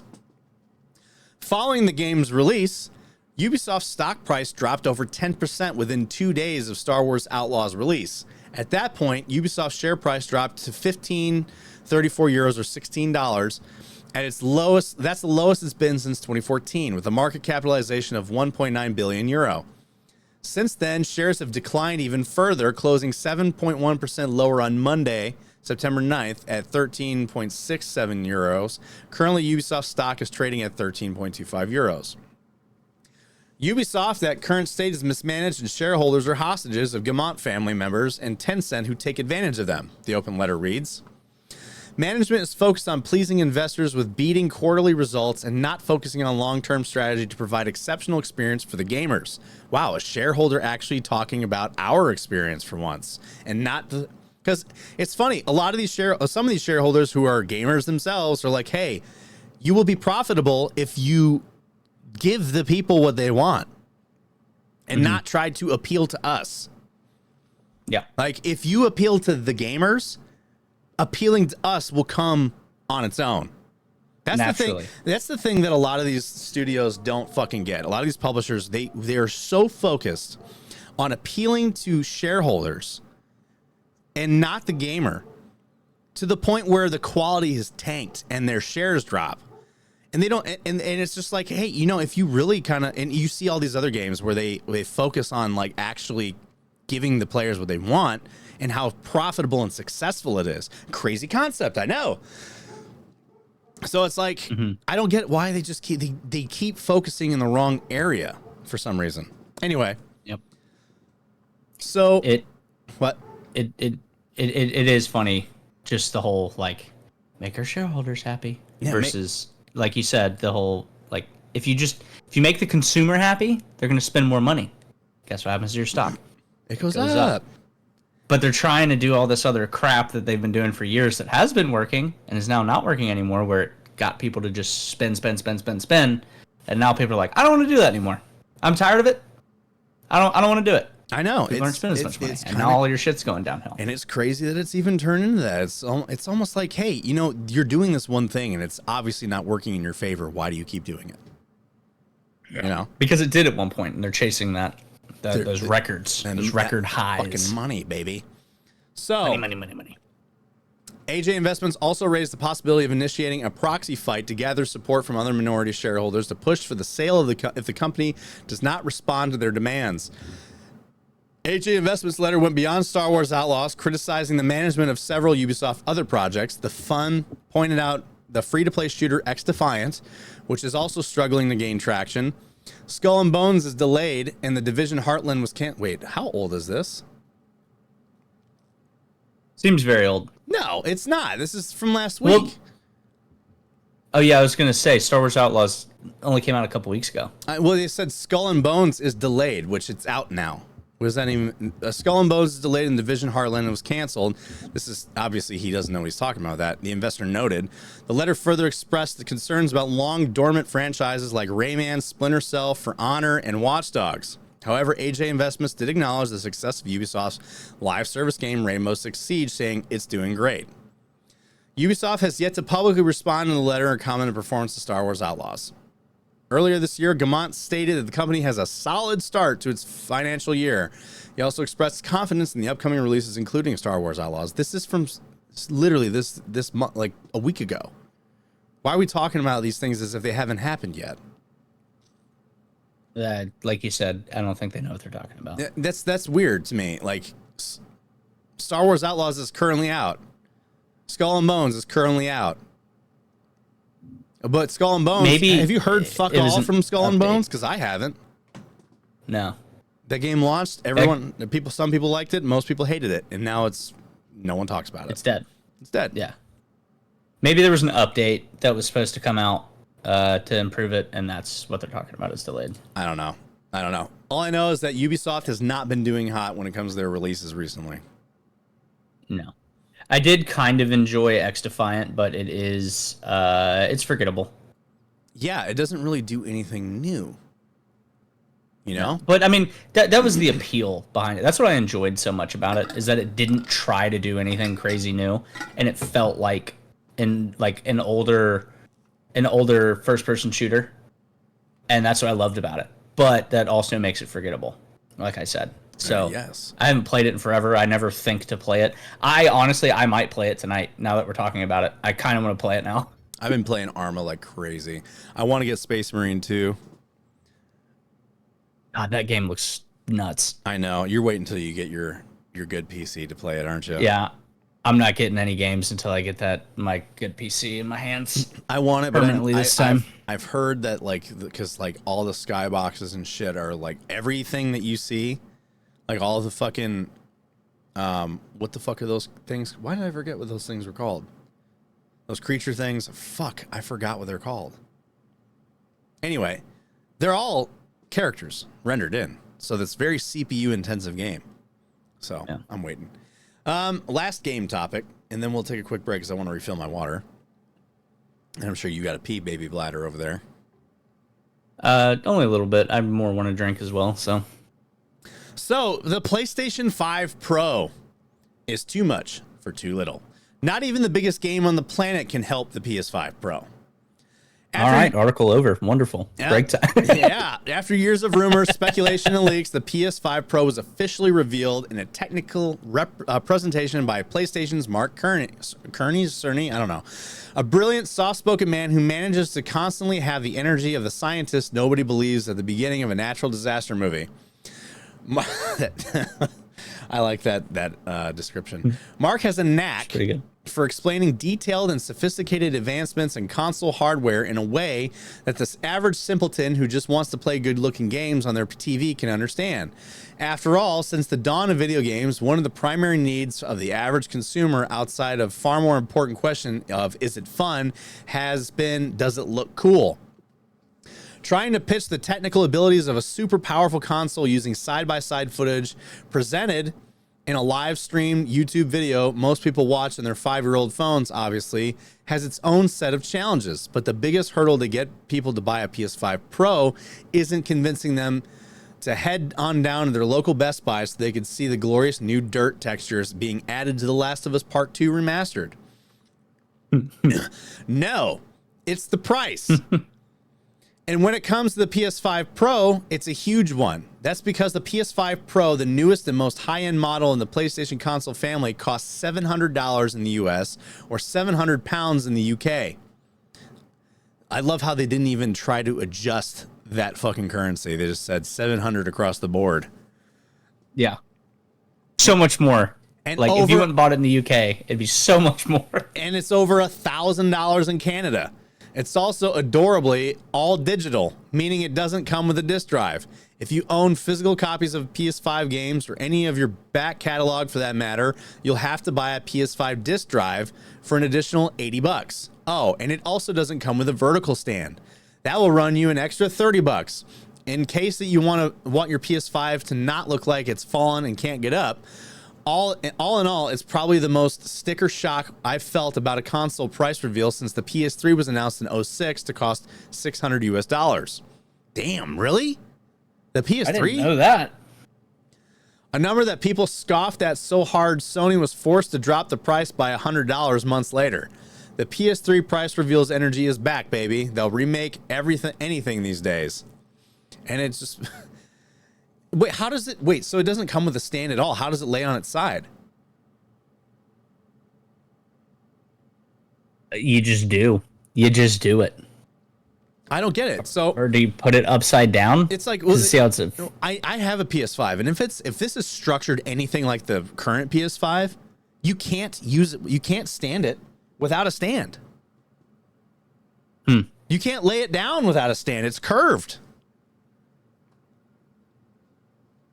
That sounds like a waste. It's relatively flat on the bottom, but you don't want to have it sitting on. You don't want it's very narrow. That's the other thing. It's very, very narrow. So you need the stand to stabilize it. Otherwise, it'll just topple over. So unless this has a flat side that I'm not seeing, why would you sell this without a stand? Apple effect, dude. It's like they sell the iPhones without chargers now. They're creating. You got to go buy a whole new one. Right. They're creating a problem and reselling a solution. Mm-hmm. So the PS5 Pro is for the diehard PlayStation fans out there who want their games to look as good as possible, but also don't want to deal with the flexibility, hassle, or price that comes with building or buying a high-end gaming PC. See, on the PC gaming side of things, gamers are used to much more do-it-yourself modular approach, swapping out graphics cards, RAM, GPUs, and the endless pursuit of the numbers go up. There's a tangible reward to throwing money into a large case full of fans and LED lights, and there's an entire community built around helping others out to do so. Game developers and hardware companies like Nvidia and AMD certainly do their part, but it's largely the user mod scene that keeps old games looking new years after the companies that made them have moved on. If you truly care about having access to the largest library of video games ever made and the endlessly scalable experience of playing the best looking version of those games that you could, you pretty much need to own a PC. I don't make the rules.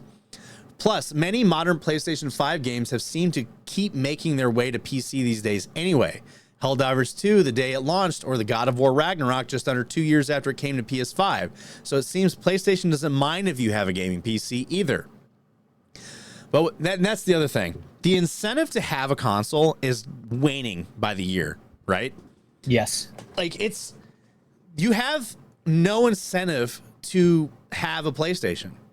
Because now, no. I mean, like, I have a PlayStation, but I that was before I had a PC. But now that I have a PC, I don't ever fucking play this thing.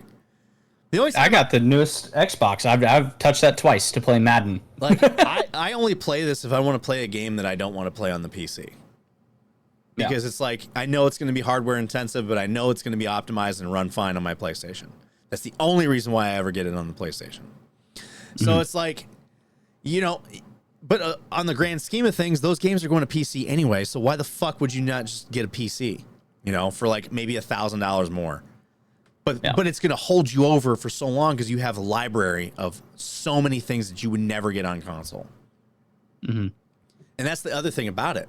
Like, it just doesn't seem to be worth having a console anymore. And the other problem is they keep raising. This is the only console generation I've seen where the price of the console goes up by the year versus reduces in price. And we're more than halfway through this console's life cycle, right? And the prices keep going up. That has never happened. Like the PS5 or PS3, the PS4, over time, because it's older, the prices drop. But the prices have either stayed the same or have gone up since then. So it's kind of... Which is shitty. You know, because I like you're saying, I remember times where it was like, I'll just wait to get my to get the new console. I still got a couple years life in this one. They're still gonna be making games for a couple years. I'll just wait till it's $150 cheaper in a couple years, and then I'll get it. So. Yeah. So anyway, so it says, but with all the infinite power, custom-built texture packs, endless emulation and ray tracing support for a canceled, obtuse Japanese rhythm arcade game from 1987, there's one thing that PC gamers won't have for a long time, or at least won't have for a while after the console gamers have it, and that's GTA 6. GTA 6 is going to be a generation... Wait, why are we talking about GTA 6 now? Oh, wow, we really rolled into a whole new fucking article. That's interesting. Weird. Yeah, so, like... I didn't realize that we were at the end of that article. I didn't either.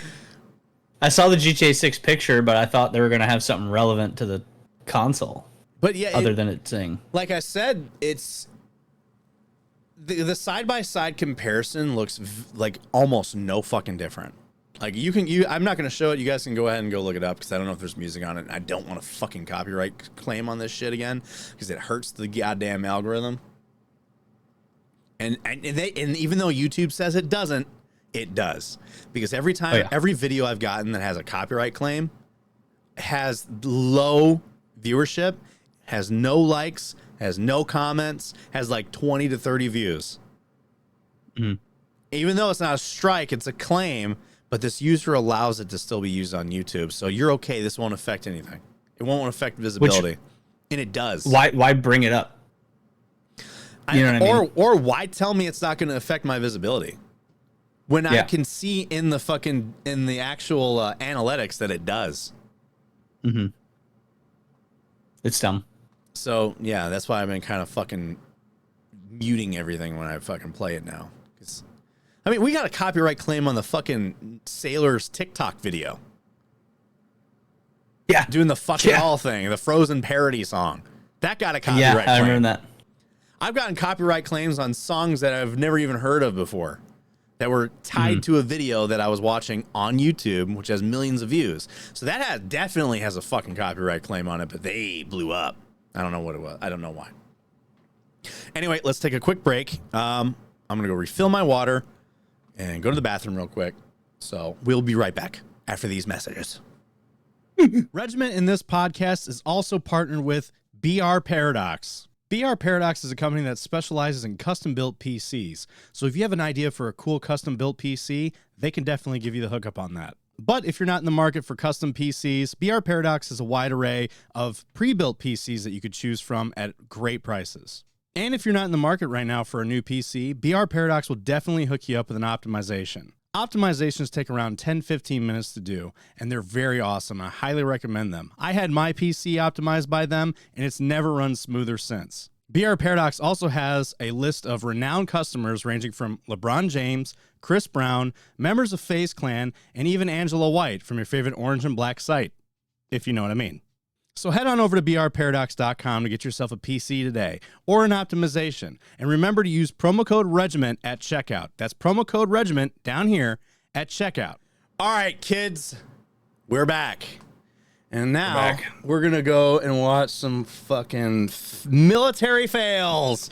Starting off with some mortar fails. I love mortar fails. Mostly because they're funny and scary. And it's not me doing it. I hate them. I hate them. They make me want to revert inside of myself every single time. Even if there's no bad outcome. Just the possibility that something bad could happen makes me nervous. Just watching videos of people dropping rounds, I'm like, someone's hand's about to get fucking blown off. I know it. Yeah, dude. I know it. So what did you do as an infantryman? Remind me again? I was a rifleman. Just a regular fucking lowly rifleman? Regular rifleman. I had an opportunity one time to use the 60s, and I said, fuck no, and went back to the bivouac and went to sleep. The 60s aren't even that bad, dude. I know, but I just told you, they make me I was worried that I was going to have a dumbass moment. It was late at night, and I would accidentally leave my hand there. Or, see, I also understand that the fear of doing that will prevent you from doing that. Being scared of it will keep you from doing that, right? Yeah. But I could just imagine that happening to myself, and I was like, I'm not doing it. Mortars scare me. All right, mortars scare me. If I had to use them, I would. I'll be honest, but the Marines, when they do mortars, is like not a cool thing to watch. And the reason why I say that is because they are reckless with their hanging and dropping. I've seen videos of them doing them fucking fire for effect missions. Mm-hmm. And dude's slinging rounds. He's damn near got another round going to the tube by the time the fucking the previous round's firing off. And the only thing I can think of is like, dude, you have to pace yourself a little slower than that, because you are giving yourself no time to notice a fucking malfunction. And a malfunction being that the round didn't go out of the tube. Go off. Yeah. And I've seen, I couldn't find this one video, but I have seen a video where the fucking, the round didn't fire off out of the tube. And because no one told this dude, he dropped another round in the tube. And he got fucked up. Like I would imagine he's no longer with us. He's alive. He's alive. Oh shit! His hand, that reminds me of I think his hand got taken. What was it?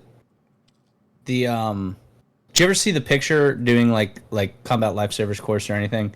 Did anybody show you the picture of the guy that bit a blasting cap and blew his face open? He looked like Predator, like the way his face was. Heard about this? Outdone. And then they showed us like he survived, and then they showed us his face after the surgery. Somehow they like must have brought in the best plastic surgeons in the fucking world, because like he looked a little fucked up and ugly, but not near as bad as you would think. Like he had a jaw line and everything like that. I mean, yeah, his face was fucked. Like, you know, people are gonna be like, "Whoa, what the fuck happened to you?" But honestly, it was like good enough to where you're like, "Oh, you're not." I just Too know, haunting to look at. I just know that his buddies were just like, man, it made you look better. Like, just giving him shit for it. It's just like, man, it's the best thing that ever happened to you. You're prettier than you were before. Type shit, you know. But the mortar incident that I was telling you about, it was with the 60, and they were doing the fucking. It wasn't drop firing, it was trigger firing, and they were on the line. And it was like hang, drop, and then and then waiting for everyone to shoot before the next round goes in. Everybody but this dude's gunner shot. He was still waiting. That's what it was. He was still waiting to shoot. He was lining it up and everything.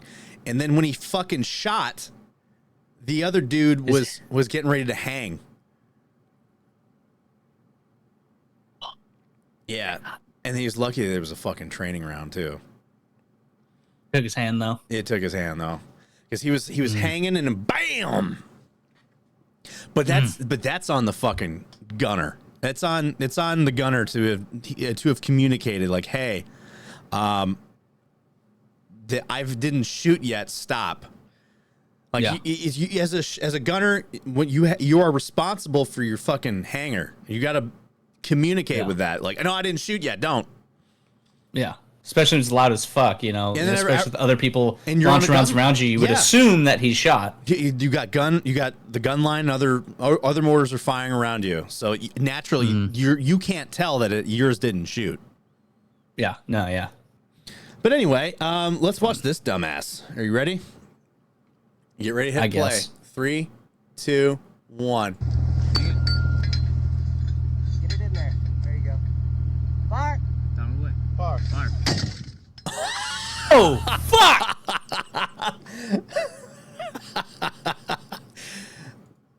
Why did that happen? Because the base, They not stomp the base plate in? The base plate wasn't set. You could see the base plate, by the way. Yeah, they didn't stomp it in. The base plate. Oh shit! The base plate. Well, they're setting the base plate, right? But they needed something to make sure that they had a way to set the base plate. Instead of just let the base plate sit on top of the ground and let the force of the round going off do it for them, you know? And the other thing, when you're setting the base plate like this, you probably should have someone, because it's a 60, right? You should have somebody just trigger firing it. So that you have back support. Oh, dude, Yeah. I'm sorry. That dude's calm and collected. I'm just going to get up and act like nothing happened. I respect it. I respect the fuck out of it. He's just like, okay. And everybody's just real quiet about it afterwards. They're just like, well. They're like, his head's still there. He's still alive. He's moving. Like, everyone's comprehending this dude just didn't get his fucking head blown off. He's comprehending that he didn't just get his head blown off. You know, after they got done launching the rest of the rounds, he was like, did I almost just die? Let me see that video. Yeah, dude. It's there was a few things they did wrong in that. I mean, I wasn't a mortarman, but I was an FO, so I understand how some of this mortar shit works. Like, you gotta set the base plate. I know the round was out of there, like, before the two. In all reality, as far as the speed of the round coming out, way before it got pointed at him. But still. Yeah. All right, next one. This is scary. This is an actual compilation. We'll probably end up skipping through a few. I'll tell you what timestamp I'm. So this one's not a mortar; it's a grenade. Гранатах производства Зевс, которые к нам приехали. Did you hit play? I'm sorry. You want to hit play? You want to start over? I did. Let's start over. Ready? Oh wait. Okay. All right, go. Привет. Сегодня мы вам расскажем об очень антуражных гранатах производства Зевс, которые к нам приехали. Showing off these cool little grenades that he has at his little military surplus store. Очень антуражно смотреться в ваших подсумках на игре. Вставляем. Для того, чтобы они сработали, значит, мы отгибаем усики. I know what he's doing. Yeah. Чеку. Отжимаем скобу. Ой, блин.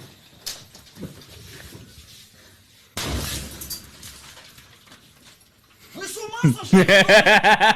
That's a fun prank. Yeah. Here's another one. It's a mortar. Your favorite.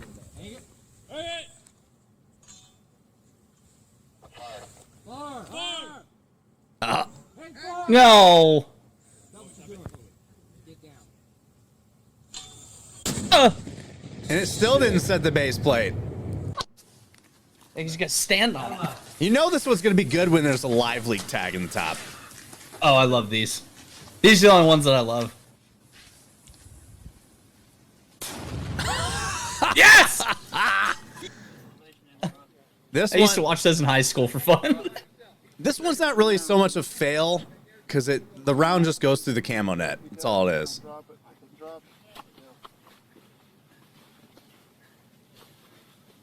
All right, drop that fire for effect round, buddy.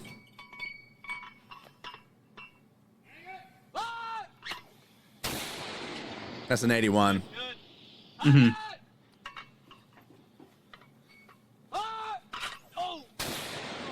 See it? You see the hole in the camo net? Yeah. Подожди. Давай. Yeah, run. This seems like a great idea.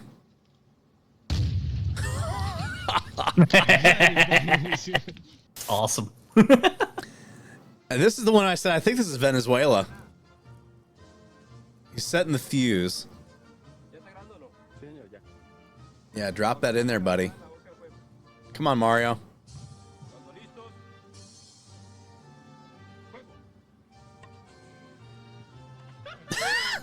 I like how he just looks at it for a second. He's like, uh-oh. He had to register. He was like, what? Fuck. The fucking dude on the tube, it didn't register right away for him either. He was just like... He was looking down. He was like, wait, why is everybody running? Watch shit! this. Watch this shit. Oh! Whoa! Oh, fuck! Pause. Go back. It's at it's at 2:30. All right, I'm there. Yeah, it's just like he thought the round went off. Yeah, damn. Oh! God. He almost got his shit. He was almost gone. Yeah, I thought his head. I honestly thought he got it in the face. And and that's why you don't get the fuck up and walk in front of the tube. Yep. Like he fucking. Oh no. Hang on, I paused it. I'm back to the dude in the orange shirt. All right, Yeah. playing. Homemade mortars or like at home motors are never a good idea. No. How many? And then I've seen this one. This one keeps getting stuck, doesn't it? Mm-hmm. It's like slowly trying to go down. And this now I'm on the truck part. I am too. It's got live leak in the top corner, so you know it's going to be a good one. I like the fact that he's aware. Oh no.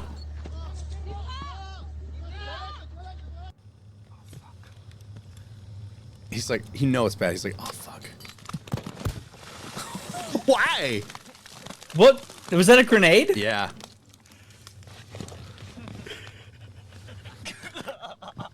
What if he just slipped in his leg? I don't know. Slipped on top of the this whole fucking leg. A&A throwing frag grenades.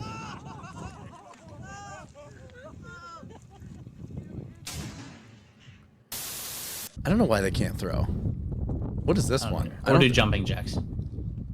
That too, it's weird. This has got to be Ukraine. Mm-hmm.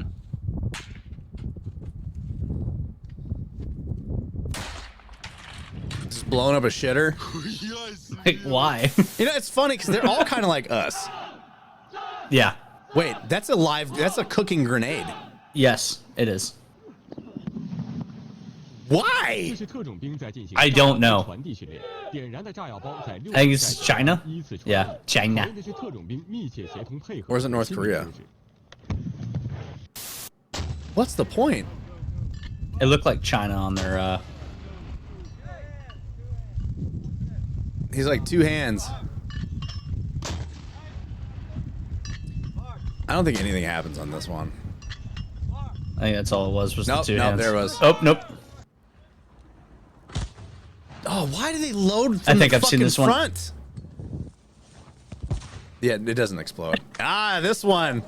The famous Allahu That's Akbar. gonna blow up. Allahu Akbar. He's gone. Oh, you know it. You've seen this one. Everyone's seen this one. Oh yeah. Allahu Akbar.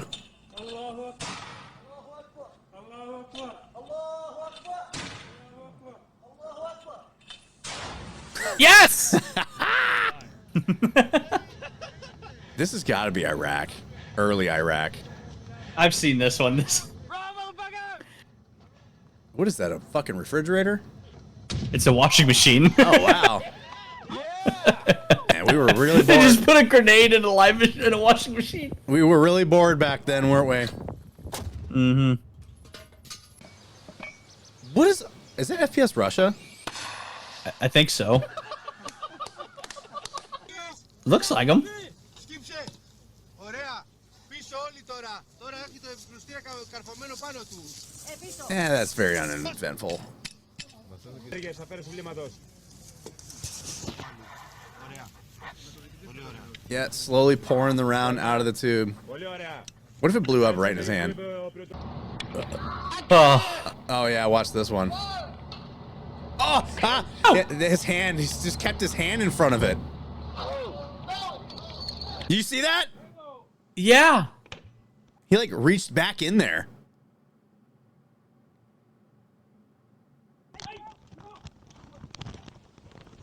I love how they all fucking run for their lives as if it doesn't have an arming range, you know?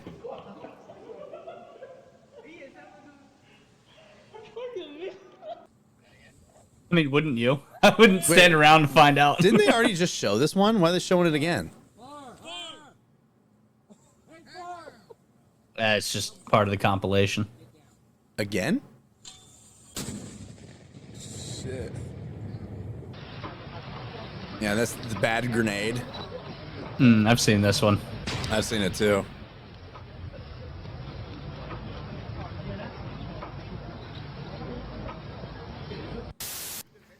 It's always like bad grenades too. It's like, why are you throwing this shit? Like, who taught you how to throw this shit? Oh! It's a dud. No, it's It's not a training even a real. one. This, oh, They're watch fucking with them.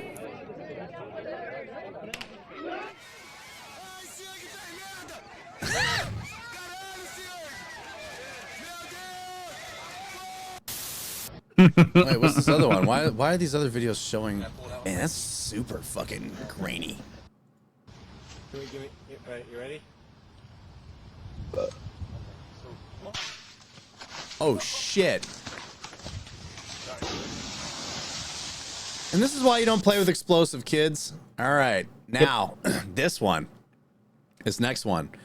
So these guys are YouTubers, and what they do is they like fuck around with stuff, you know, kind of like test stuff. In this video, they're testing on ballistic dummies the effects of RPGs and backblast and shit like that. Her tester YouTube-kanalen Ballistic High Speed farene ved å Ballistic stå High bak en Speed, yeah. rakettkaster under avfyring. Carl G shooting. Når Adam Knowles skal skyte, får det katastrofale følger. Whoa! Rakettkasteren eksploderer i det han avfyrer. Kollegaene ringer raskt til nødetatene, og Knowles blir He's fløyet til sykehus. fucked up. No, he is a little fucked up, but he's actually okay. På omtrent 10% av They show it in overkroppen. slow motion. Yeah, they'll show it in Brudd super på slow mo. hodeskallen I ansiktet og brystet. Flere He just Here it got is, that super, concussion super got slow his mo. ass. nerveskade I ansiktet. De har nå Oh. opprettet en crowdfunding på Knowles His fuck- sykehus. look at his som på OpsCore helmet 300 000 flying off of his head. Eller I overkant av 3,1 And his iPro. millioner norske kroner. Foreløpig har forsikringen kun dekket rundt 2% av totalbeløpet, står det på Spleis-nettsiden. Adam Knowles veteran etter å ha tjenestegjort I Yeah, den amerikanske and this had me going to Et av målene hans etter han catastrophic kom hjem weapon har vært å failures. underholde og But yeah, lære basically folk the om tube våpen og fucking farene broke. rundt våpenbruk, skriver kollegaen I crowdfundingskampanjen. But he actually, so he's okay. He's completely okay. Yeah. Oddly enough, he like basically said he singed some hair off, but for the most part, he's fine. Like his face is a little droopy, Fucked up. Probably but burns on his arms. But he was just like, how did I not die from that? Like that was like gnarly. All right, this one, I've seen this one before, and I was like, oh, as it happened, right? So you ever heard of a runaway gun? Yes. So anyone that doesn't know, a runaway saw or a runaway gun is when your gun just keeps firing and you can't stop it, so you just ride the lightning. But this one fails horribly. Just watch. And you'll see when he loses control. This is when he's losing control right here. Because he's like, what? Oh no. and then it falls Oh apart. shit! It ran out of rounds at the perfect I know, moment. but like the pistol grip, the pin came out of it and it fell apart right in his hands. Oh god! And then it stopped shooting right as the barrel looked right at him. And you can see it right there where the fucking the pistol grip comes right off. And those things, there's literally 2 pins holding that fucking thing together. Yeah. Like normally. In that moment right there, he's like, I'm about to get lit the fuck up. That is fucking wild, by the way. You know he got fucking reamed about it until he had the pistol grip in his hand and was like, what do you want me to do about that, This dude? literally fell apart in my hand. Like, I don't know what I could have done. Now, we're going for the fun shit. Playing with tannerite. Playing with tannerite is never a good idea, especially when you are as close as these fucking idiots are. All right? So, are you ready for this one? Yeah. Go to the beginning and hit play.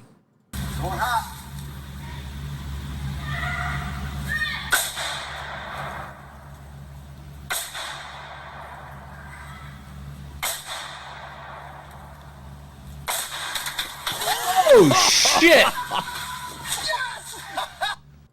Yeah, it's funny. He said yes! It's funny because you didn't die, but it's like, never stand that close. And this guy, this next video, he wasn't super close, but he was too close. And even though that he was behind a tree for cover. All right, you ready for this one? Yeah. All right, hit play.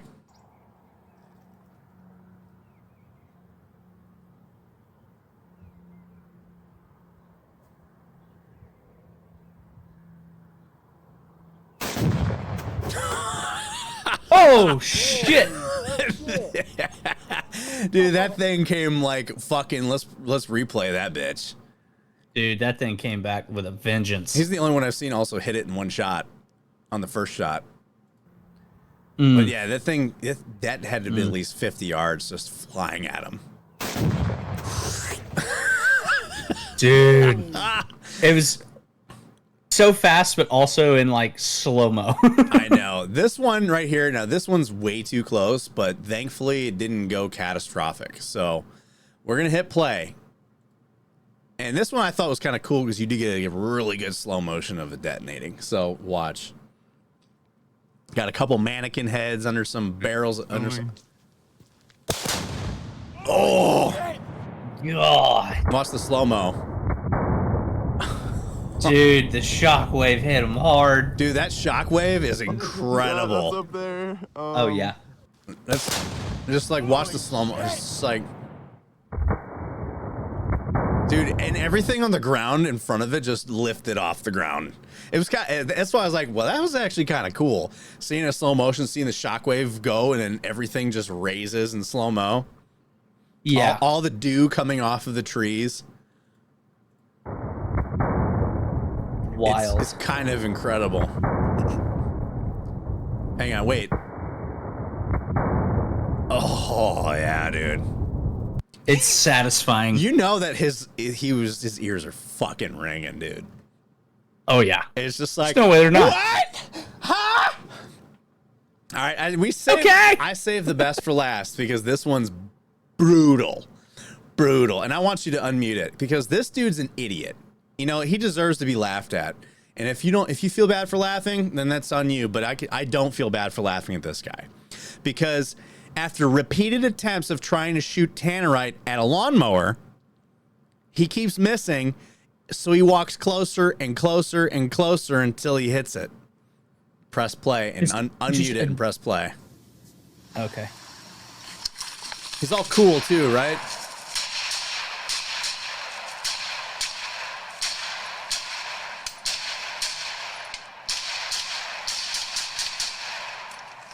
He's like, what the fuck? He's missing, right?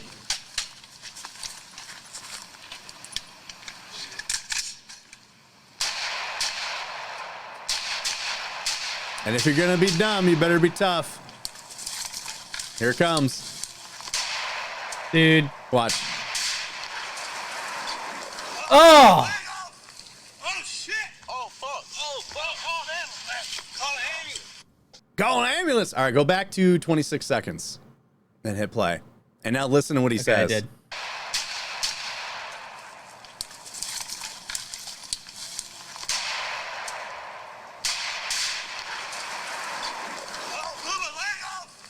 Oh, blew my leg off. Now, if you also pause, Is that the dude's blood all over his shorts? all over the cameraman's clothes? Yes, sir. Uh-huh. That is his blood all over him. God, you can see it. You watch him collapse and the tree behind him gets snap. sheared. But yeah, and that's why you don't ever get close to this shit. You never get that close. And it's his fault. He walked closer to it and he rigged Tannerite to a lawnmower. And it's just like, hey, what's on a lawnmower? Metal. What else? Metal blades. Why the fuck would you do that? And why would you stand like 30 feet from it? Crazy. He's not the brightest. No, I mean, you play stupid games, you win stupid prizes, and you even lose some of your fucking appendages in the process. And they're like, "Oh shit, call an ambulance!" Like, yeah, congratulations, buddy. Not service connected, by the way. Not service connected, by the way. Yeah, and it's funny because in a lot of places you can just buy Tannerite in Walmart. Mm-hmm. And I'm surprised. I'm surprised that like more people haven't like fucking killed themselves with this shit. Yeah. Because of how readily available this high explosive substance is. And just like the dumbassery that people have with it. Yep. Like that guy, for example. But Tannerite, I mean, for hog hunting, it's pretty great. I've seen some of the videos of them fucking hog hunting and letting the pigs come around and eat, and then they send around after it. It's super awesome. An effective way to get rid of pigs. Absolutely. All right, It's really like only used for Tannerite, in my opinion. Other than just fun, that's really all it is. It's just extra fun. Just playing with explosives. All right, well, let's wrap this up. Sucks that you're going to be kind of MIA for a little bit.